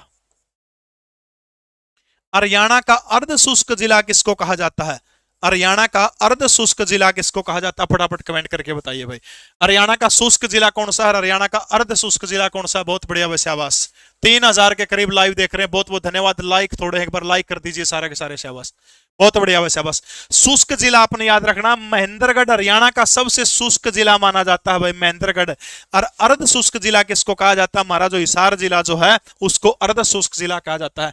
हरियाणा का ऐसा जिला कौन सा है जो सबसे गणा गर्म सर सबसे गणा ठंडा है, हरियाणा का ईसा जिला कौन सा जो सबसे ज्यादा गर्म और सबसे गणा ठंडा है, वो भी कौन सा सबसे ज्यादा गर्म और ठंडा हरियाणा का कौन सा जिला है, तो याद रखना है गर्म और ठंडा हरियाणा का हमारा हिसार जिला है। क्लास को छोड़ के जाएंगे तो 20 मिनट बाद ये क्लास आपको नहीं मिलेगी, खत्म होने के तुरंत बाद सिर्फ लाइव दिखेगी, ठीक है। याद हो जाएगी। एक स्थान पर छछरौली सप्तगणी हो, सप्त थोड़ी लुहारू में। जिले का नाम पूछा सप्तगणी से अंबाला में, सप्त थोड़ी सिरसा में। सबसे शुष्क जिला हरियाणा का कौन सा है, बहुत बहुत धन्यवाद 3012। सबसे शुष्क जिला कौन सा है, महेंद्रगढ़। अर्ध शुष्क जिला कोई आपसे पूछने का काम करता है तो हरियाणा का वो कौन सा है, हरियाणा का हिसार जिला अर्ध शुष्क है। गर्म और ठंडा जिला भी कौन सा है, हिसार है। दूसरी महत्वपूर्ण चीज, हरियाणा का सबसे आर्द्र जिला कौन सा बोला जाता है, आर्द्र जिला। आर्द्र का मतलब गीला, जड़ा को टपका पड़ेगा पानी का घना टपका पड़ेगा तो के रहोगा एल रहोगी घनी। सबसे आर्द्र जिला हरियाणा का कौन सा है, हरियाणा का सबसे लवणीय जिला कौन सा है, मैंने फटाफट बताने का काम करो भाई। हरियाणा का सबसे लवणीय जिला कौन सा है। आर्द्र जिला अगर मैं बात करूं हरियाणा का कौन सा है, क्योंकि आर्द्र जिला हरियाणा का हिसार नहीं है भाई। आर्द्र जिला कौन सा हरियाणा का, वो याद रखना PKL पंचकुला जिला जो है वो हरियाणा का सबसे आर्द्र जिला है। और हरियाणा का सबसे लवणीय जिला कौन सा है, अमित सैनी रोहतक की आड़ा जो है, रोहतक जो है वो हरियाणा का सबसे लवणीय जिला है। हो जाएगा याद, ठीक है। सबसे घनी बरसात अंबाला, सबसे थोड़ी सिरसा। एक स्थान में घनी छछरौली, थोड़ी लुहारू में। शुष्क जिला सबसे घना महेंद्रगढ़, अर्ध शुष्क हिसार में। आर्द्र जिला जड़ गीला रहो सारा सौदा, वो कौन सा है, पंचकुला है, ठीक है। लवणीय जिला कौन सा माना जाता है, लवणीय जिला भी रोहतक माना जाता है। लवणीय जिला कौन सा है, रोहतक बोला जाता है। एचटेट के बैच में बेबे 96 70,000 पे फोन कर ले, लीसो ऐप का नंबर है। मन ना तंग कराए छोरी, पढ़ा लेने दे मैंने। हरियाणा प्रतिवर्ष खालिस्तान वर्षा प्राप्त करता है, लैब अटेंडेंट पर पूछा गया प्रश्न है भाई, बताइएगा शाबाश। पूजा रानिया देख, मतलब इमोजी देखे छोरी के किसी किसी भेजा, धमकान वाले रूसन वाले, बताइएगा शाबाश। प्रतिवर्ष हरियाणा वर्षा, यानी ये ओवरऑल पूछेगी भारत के हिसाब में आपसे ये बात पूछा गया। ये वीडियो बाद में लीसो ऐप के ऊपर आपको मिल सकती है, जो नया बैच जो चला उसके अंदर मैं डाल दूंगा। बाकी माफी चाहता हूं। कम, उच्च, मध्यम, बुरी, तो हरियाणा जो है सीधी सी ए आओगा भाई, बिल्कुल। हरियाणा जो है प्रतिवर्ष कम वर्षा प्राप्त करता, भारत के अकॉर्डिंग बात करूं तो सीधा रट्टा चेपना इस प्रश्न का, तो कुछ नहीं करना, सीधा रट्टा चेप दे उसका, ठीक है, कुछ भी नहीं करना। अगला प्रश्न आपकी स्क्रीन के ऊपर, हरियाणा में गर्मी का मौसम कद हो, जब गंजे हो जाए तब, बताओ शाबाश। गर्मी का मौसम हरियाणा में कद हो, बहुत बढ़िया शाबाश। ग्रीष्म ऋतु गर्मी का मौसम बताओ हरियाणा में कद हो। देखो गर्मी, तारीख है मार्च की 16 मार्च से लेकर के जून का जो अंतिम दिन होता है अंत तक, जून के अंत तक जो है कौन सी हो है हरियाणा के अंदर क्या पड़ा है, गर्मी पड़ा है, ठीक है। प्रीति सैनी कह रहे हैं great teaching sir, thank you बेटा, बताइएगा शाबाश। 16 मार्च से लेकर के जून के लास्ट तक जो है हरियाणा में कौन सा मौसम माना जाता है, ग्रीष्म का मौसम माना जाता है, गर्मी का मौसम माना जाता है, ठीक है। और इस गर्मी के मौसम के अंदर जो है हरियाणा का औसत जो टेम्परेचर जो होता है वो कितना होता है, याद रखना 35 डिग्री औसत टेम्परेचर होता है। तो अब इसके हिसाब से उत्तर आप मुझे बता दीजिए। ए कह रहे हैं 16 मार्च से जून के अंत तक का कौन सा मौसम है? 1 अप्रैल से जून हो गया इसके अंदर, ठीक है, या डेट याद रख लियो।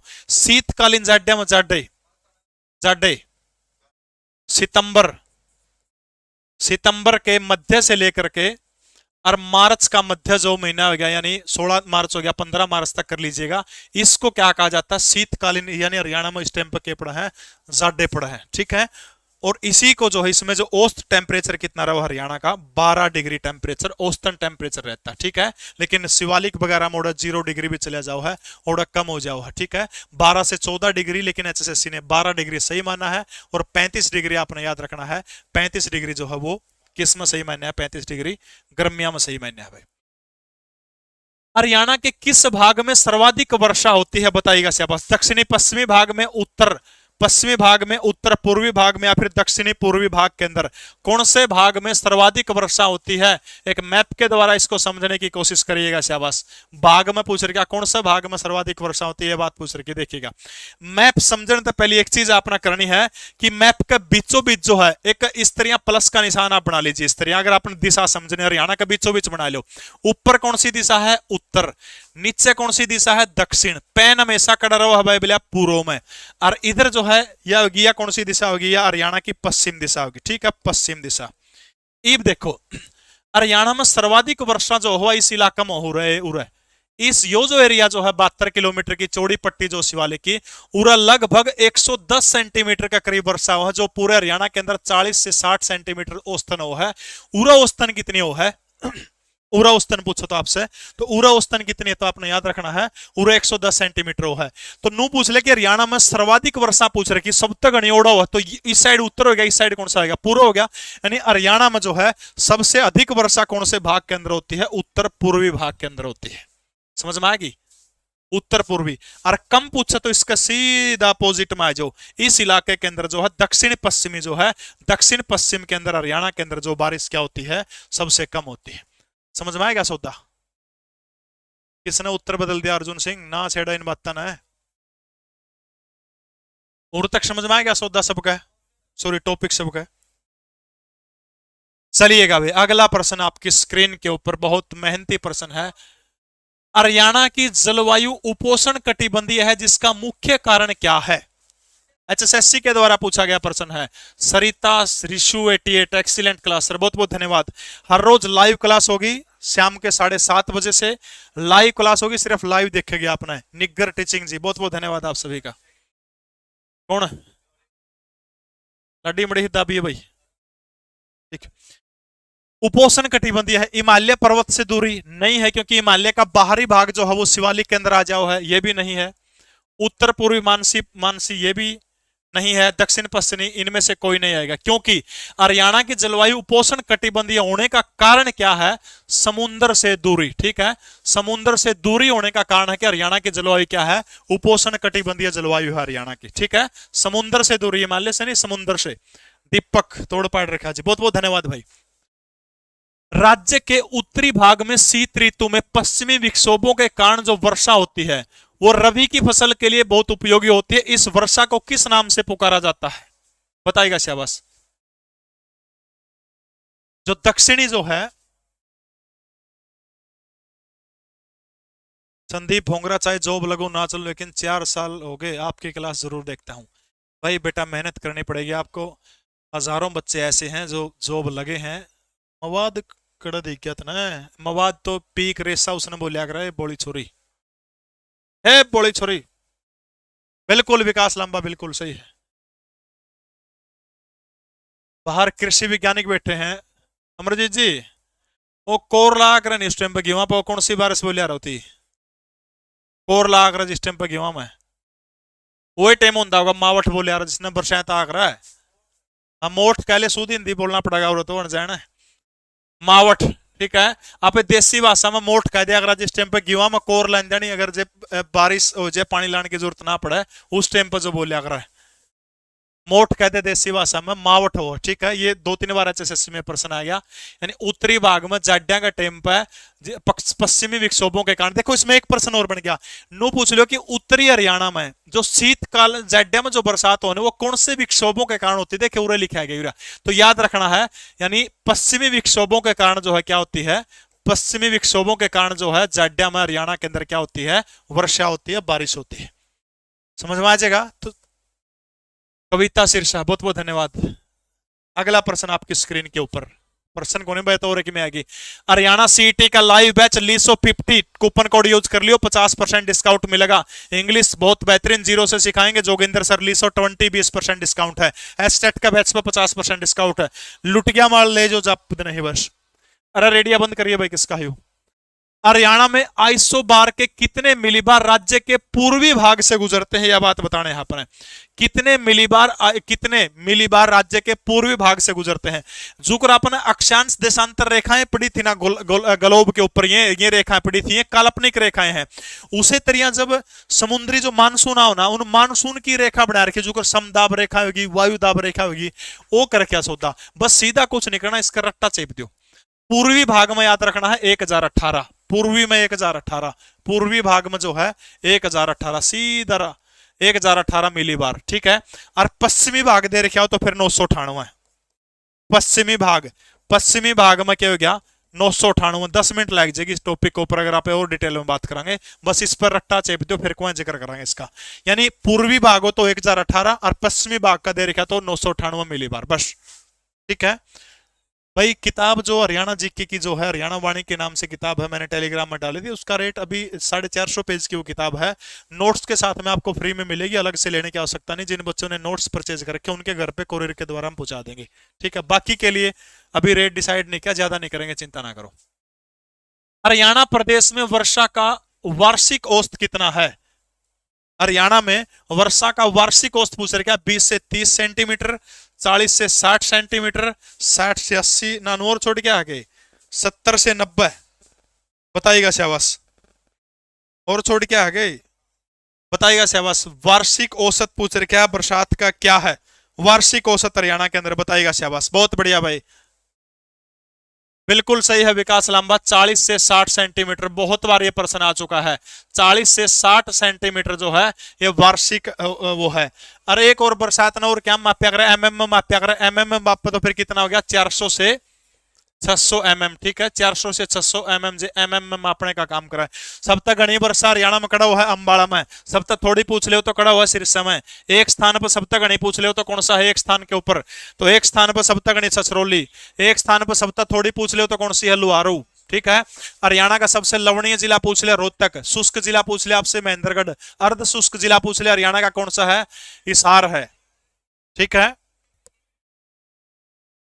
आर्द्र जिला पूछ ले हरियाणा का, आर्द्र जिला, तो फिर आपका उत्तर क्या हो जाएगा, पंचकुला जो है वो हरियाणा का आर्द्र जिला है, ठीक है।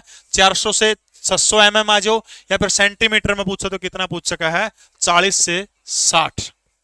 अगला प्रश्न आपकी स्क्रीन के ऊपर, हरियाणा के उत्तरी भाग में किस प्रकार की जलवायु पाई जाती है? इस प्रश्न को पढ़ने से पहले एक बार अगला प्रश्न अपना पढ़ना पड़ेगा। डॉक्टर व्लादिमीर कोपेन ने हरियाणा में कितने प्रकार की जलवायु का उल्लेख किया है?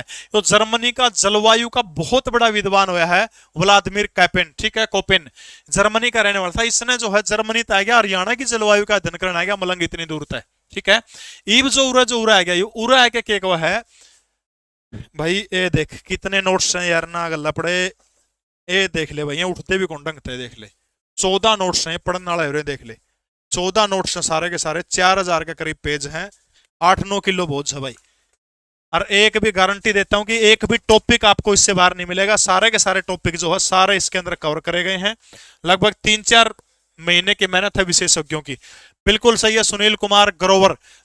डॉक्टर व्लादिमीर कोपेन जो है 2 भागों में हरियाणा को जलवायु को बांटने का काम किया। ये नोट्स का नंबर, इसके ऊपर आप कॉल करके अपनी इंक्वायरी पूछ सकते हैं, ठीक है। तो याद रखना कि 2 भागों में हरियाणा की जलवायु को बांटने का काम किया है, और वो 2 भाग कौन से जो हरियाणा की जलवायु के हैं वो बताने हैं आपने, बताइए से बस। पहला है उपोष्ण कटिबंधीय, उपोष्ण कटिबंधीय आर्द्र जलवायु, उपोष्ण कटिबंधीय आर्द्र जलवायु, उपोष्ण कटिबंधीय आर्द्र जलवायु। आर्द्र शब्द लग गया इसके अंदर, आर्द्र का मतलब नमी, ठीक है।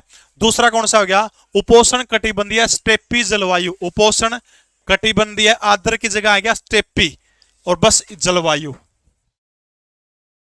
उपोषण का मतलब समझ गए, उष्ण ज्यादा गर्मी, उपोषण कम गर्मी हो जाता है, यानी भूमध्य रेखा से जितना दूर हम चलते जाएंगे वहां गर्मी कम होती जाएगी, ठीक है। उत्तरी गोलार्ध के अंदर हम वहां गर्मी कम है, बस इतनी बात आपने याद रखनी है। उपोषण कटिबंधीय आर्द्र जलवायु, ये जलवायु हरियाणा के उस जगह पर पाई जाओगी जहां पर हरियाणा के अंदर जो है बारिश ज्यादा होती हो। अभी थोड़ी देर पहले हमने पढ़ा था कि हरियाणा के अंदर जो है सबसे ज्यादा बारिश कौन से इलाके के अंदर होती है, तो सबसे ज्यादा जो बारिश होती है वो उत्तर पूर्व का जो इलाका जो वहां पर हरियाणा के अंदर सबसे ज्यादा बारिश होती है, ये देख लीजिएगा, ठीक है। अब आपने पढ़ा था कि जलवायु हरियाणा के अंदर बीचों बीच निशान लगा लीजिए इस तरह से, ऊपर में उत्तर है, नीचे में दक्षिण है, इस साइड कौन सा है पूर्व है, इस साइड कौन सा है पश्चिम है, ठीक है, पश्चिम। अब देखो इस इलाके के अंदर जो हो रहा शिवालिक की पहाड़ियां हैं, इस इलाके के अंदर जो है बारिश घनी होगी, और जो चीज सारी है इसके ऊपर टपके पड़े जाओगे पानी के, वो गिल्ली होगी, समझ रहे मेरी बात। अब जब गिल्ली होगी तो इसका मतलब क्या है, तो जलवायु जो बैल जो आओगी वह आवाज आओगी वह किसी आओगी, ठंडी आओगी वह, इसलिए जो है यहां की जलवायु उत्तरी हरियाणा के अंदर ये जो शिवालिक की रेंज के जिले जो है इनकी जलवायु कौन सी है, उपोषण कटिबंधीय आर्द्र जलवायु है, और शेष हरियाणा की जलवायु जो है वो कौन सी है, उपोषण कटिबंधीय स्टेपी जलवायु। समझ में आएगी? और तक समझ में आएगी? आपको नहीं आई? सीढ़ी बैल कह ले, ठंडी बैल कह ले, हाँ उनमें कौन जाना अपन, समझ में आएगी? ई बुरा है जो देखो इसमें, हरियाणा के उत्तरी भाग में किस प्रकार की जलवायु पाई जाती है, इस प्रश्न का उत्तर आप चुटकियां दे दोगे, बताओ इस प्रश्न का। ये अब इस प्रश्न का उत्तर दो फटाफट, 1 मिनट में पानी पी गया।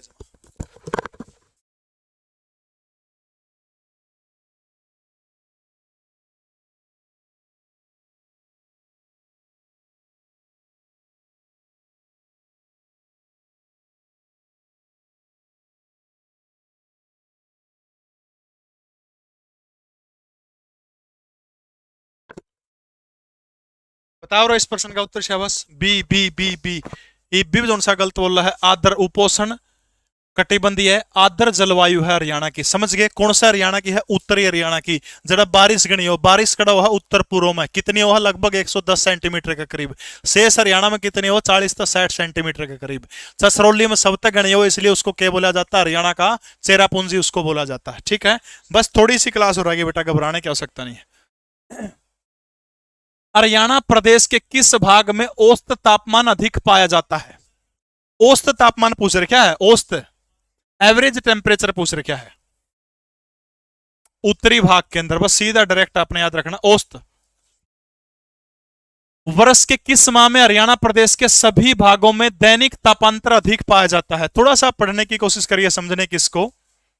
दैनिक तापांतर, दैनिक तापांतर का मतलब क्या है कि डेली जो गर्मी सब तक घनी, हर रोज ज्यादा गर्मी हो, कौन सा महीना में सबसे ज्यादा गर्मी हो हरियाणा में, जहां पर लगभग 45 से 40 डिग्री टेम्परेचर हरियाणा प्रदेश का पड़ जाता है, वो बात पूछ रखी है। जनवरी फरवरी मार्च मई, तो ये जो हजाड्या के भी ने 15 मार्च तक, और यू बच गया सिर्फ मई, यानी वर्ष के किस माह में हरियाणा प्रदेश के सभी भागों में दैनिक तापांतर अधिक पाया जाता है, तो मई के महीने में हरियाणा में सब बेरा सब तक घनी गर्मी हो है, ठीक है। और गर्मी जो है आपने याद रखना 16 मार्च से लेके जून के आखिरी दिन तक जो होती है वो ग्रीष्मकालीन होती है, और उससे जो औसत टेम्परेचर जो होता है 35 डिग्री माना गया है।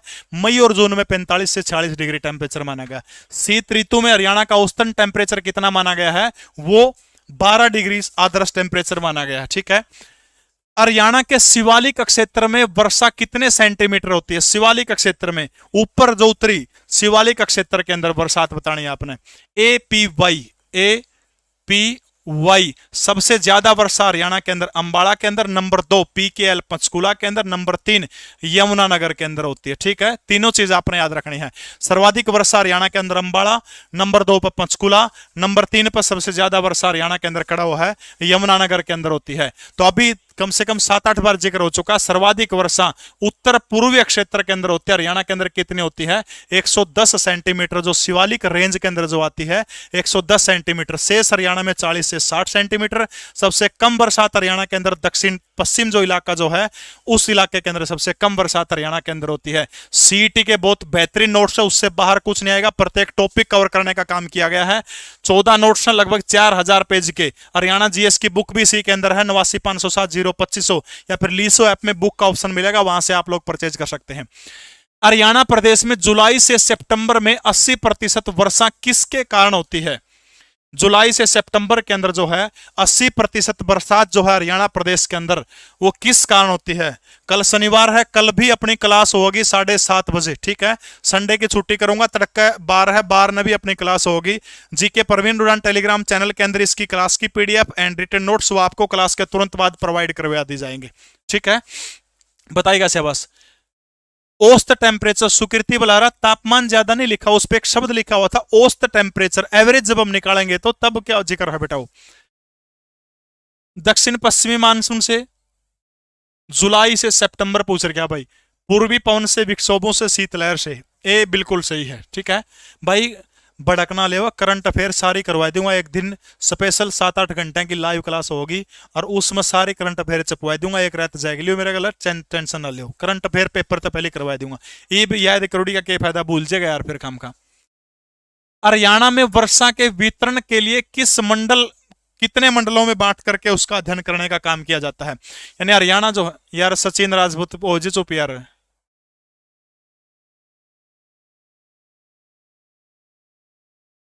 हरियाणा के किस, बता दिया यार, करवा दूंगा करंट अफेयर, नाटदा कौन यार, नाटदा तो फिर दूसरी बात है। हरियाणा में किस, कितने मंडल है? तो याद रखना हरियाणा के अंदर जो है बरसात के 2 मंडल जो है, 2 मंडल बांटने का काम किया गया है। तो 2 मंडल कौन से? पूर्वी और पश्चिमी मंडल, ए और बी जो है दोनों है, ठीक है। पूर्वी और पश्चिमी मंडल आपने याद रखने हैं, दोनों के दोनों।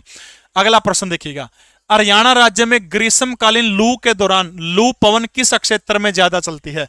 ताती लू पूछ रखी कि हरियाणा का जो कौन सा जिला है जरा सबसे ज्यादा जो है गर्म लू जो है वो चल रहा है, फटाफट बताइएगा। हरियाणा जो है, हरियाणा की जो जलवायु की विशेषताएं और 2 आपने याद रखनी है, ठीक है। जलवायु की विशेषताएं, 2 जलवायु की विशेषताएं आपने याद रखनी है। सबसे पहली क्या है? गर्मियों में ऊंचा तापमान, ठीक है। ग्रीष्मकालीन, ठीक है, ग्रीष्मकालीन, गर्मियों में जो है ऊंचा तापमान, ये आपने याद रखना है, ऊंचा तापमान, ये हरियाणा की जलवायु की खास बात है, ठीक है। बताइएगा इसका उत्तर भाई। दूसरा क्या है? हरियाणा के जलवायु के अंदर वाष्पीकरण की अधिकता, ये दोनों प्रश्न एचएसएससी में आ चुका है, वाष्पीकरण की अधिकता, ठीक है। तो हरियाणा के अंदर जो है ताती लू कड़चा लगी, जरा बारिश कम होगी, मौसम गर्म होगा, बिल्कुल सही है। दक्षिण पश्चिम जिले जो है, दक्षिण पश्चिमी जिले के अंदर जो है, हरियाणा के अंदर जो है दक्षिण पश्चिम जिलों के अंदर क्या है, सर्वाधिक क्या होती है? सर्वाधिक बारिश जो कहां होती है वो दक्षिण पश्चिम के अंदर होती है, ये चीज आपने याद रखनी है, ठीक है। पूर्वी में 1018 मिलीबार आएगा, कोई बच्ची बालिका कह रही थी, वो बिल्कुल सही है, गलत नहीं है वो, ठीक है। तो भाई अगली मुलाकात अपनी तड़का होगी, तारीख है तारीख बेरा कौन तड़का है, बार है शनिवार है, शनिवार ने तड़का 7:30 बजे होगी अपनी क्लास। तब तक के लिए नमस्कार, शुक्रिया आप सभी का लाइव जुड़ने के लिए। आज ही की तरह आज ये क्लास आपको ठीक 20 मिनट बाद जो है क्लास गायब हो जाएगी, आपको नहीं दिखेगी। इसके एंड रिटन नोट्स और पीडीएफ दोनों जीके प्रवीण उड़ान मेरा टेलीग्राम चैनल है, उसके अंदर आपको मिल जाएंगे। जो भी साथी हमारे नोट्स लेना चाहते हैं, सारे के सारे एंड रिटन नोट्स हैं, बाद में इनको जो है टाइप करवा दिया गया है। देखो पहले तो बेसिक के बारे में समझा दिया, इसके बारे में, चीज के बारे में, जैसे गन और पासा आ गया समझा दिया, और समझाने के बाद में आगे इसकी प्रश्नावली आ गई। देखो फिर ये सोल कुकर होगा, सोल वो चीज भी दिखा रखी है, यानी विद सॉल्यूशन, मैथ का सॉल्यूशन है, रीजनिंग का सॉल्यूशन है, हिंदी का सॉल्यूशन है, इंग्लिश का सॉल्यूशन है, विद सॉल्यूशन दिया गया है। तो आप सभी का जुड़ने के लिए बहुत बहुत धन्यवाद। लीसो ऐप में आज 50% डिस्काउंट चला हुआ है। आज रात तक जो भी बैच आप परचेज करेंगे, जोगेंद्र सर के इंग्लिश को छोड़ करके, उसमें 20% है, बाकी सब में 50% डिस्काउंट है। जीके प्रवीण उड़ान टेलीग्राम चैनल के अंदर आपको पीडीएफ मिल जाएगी।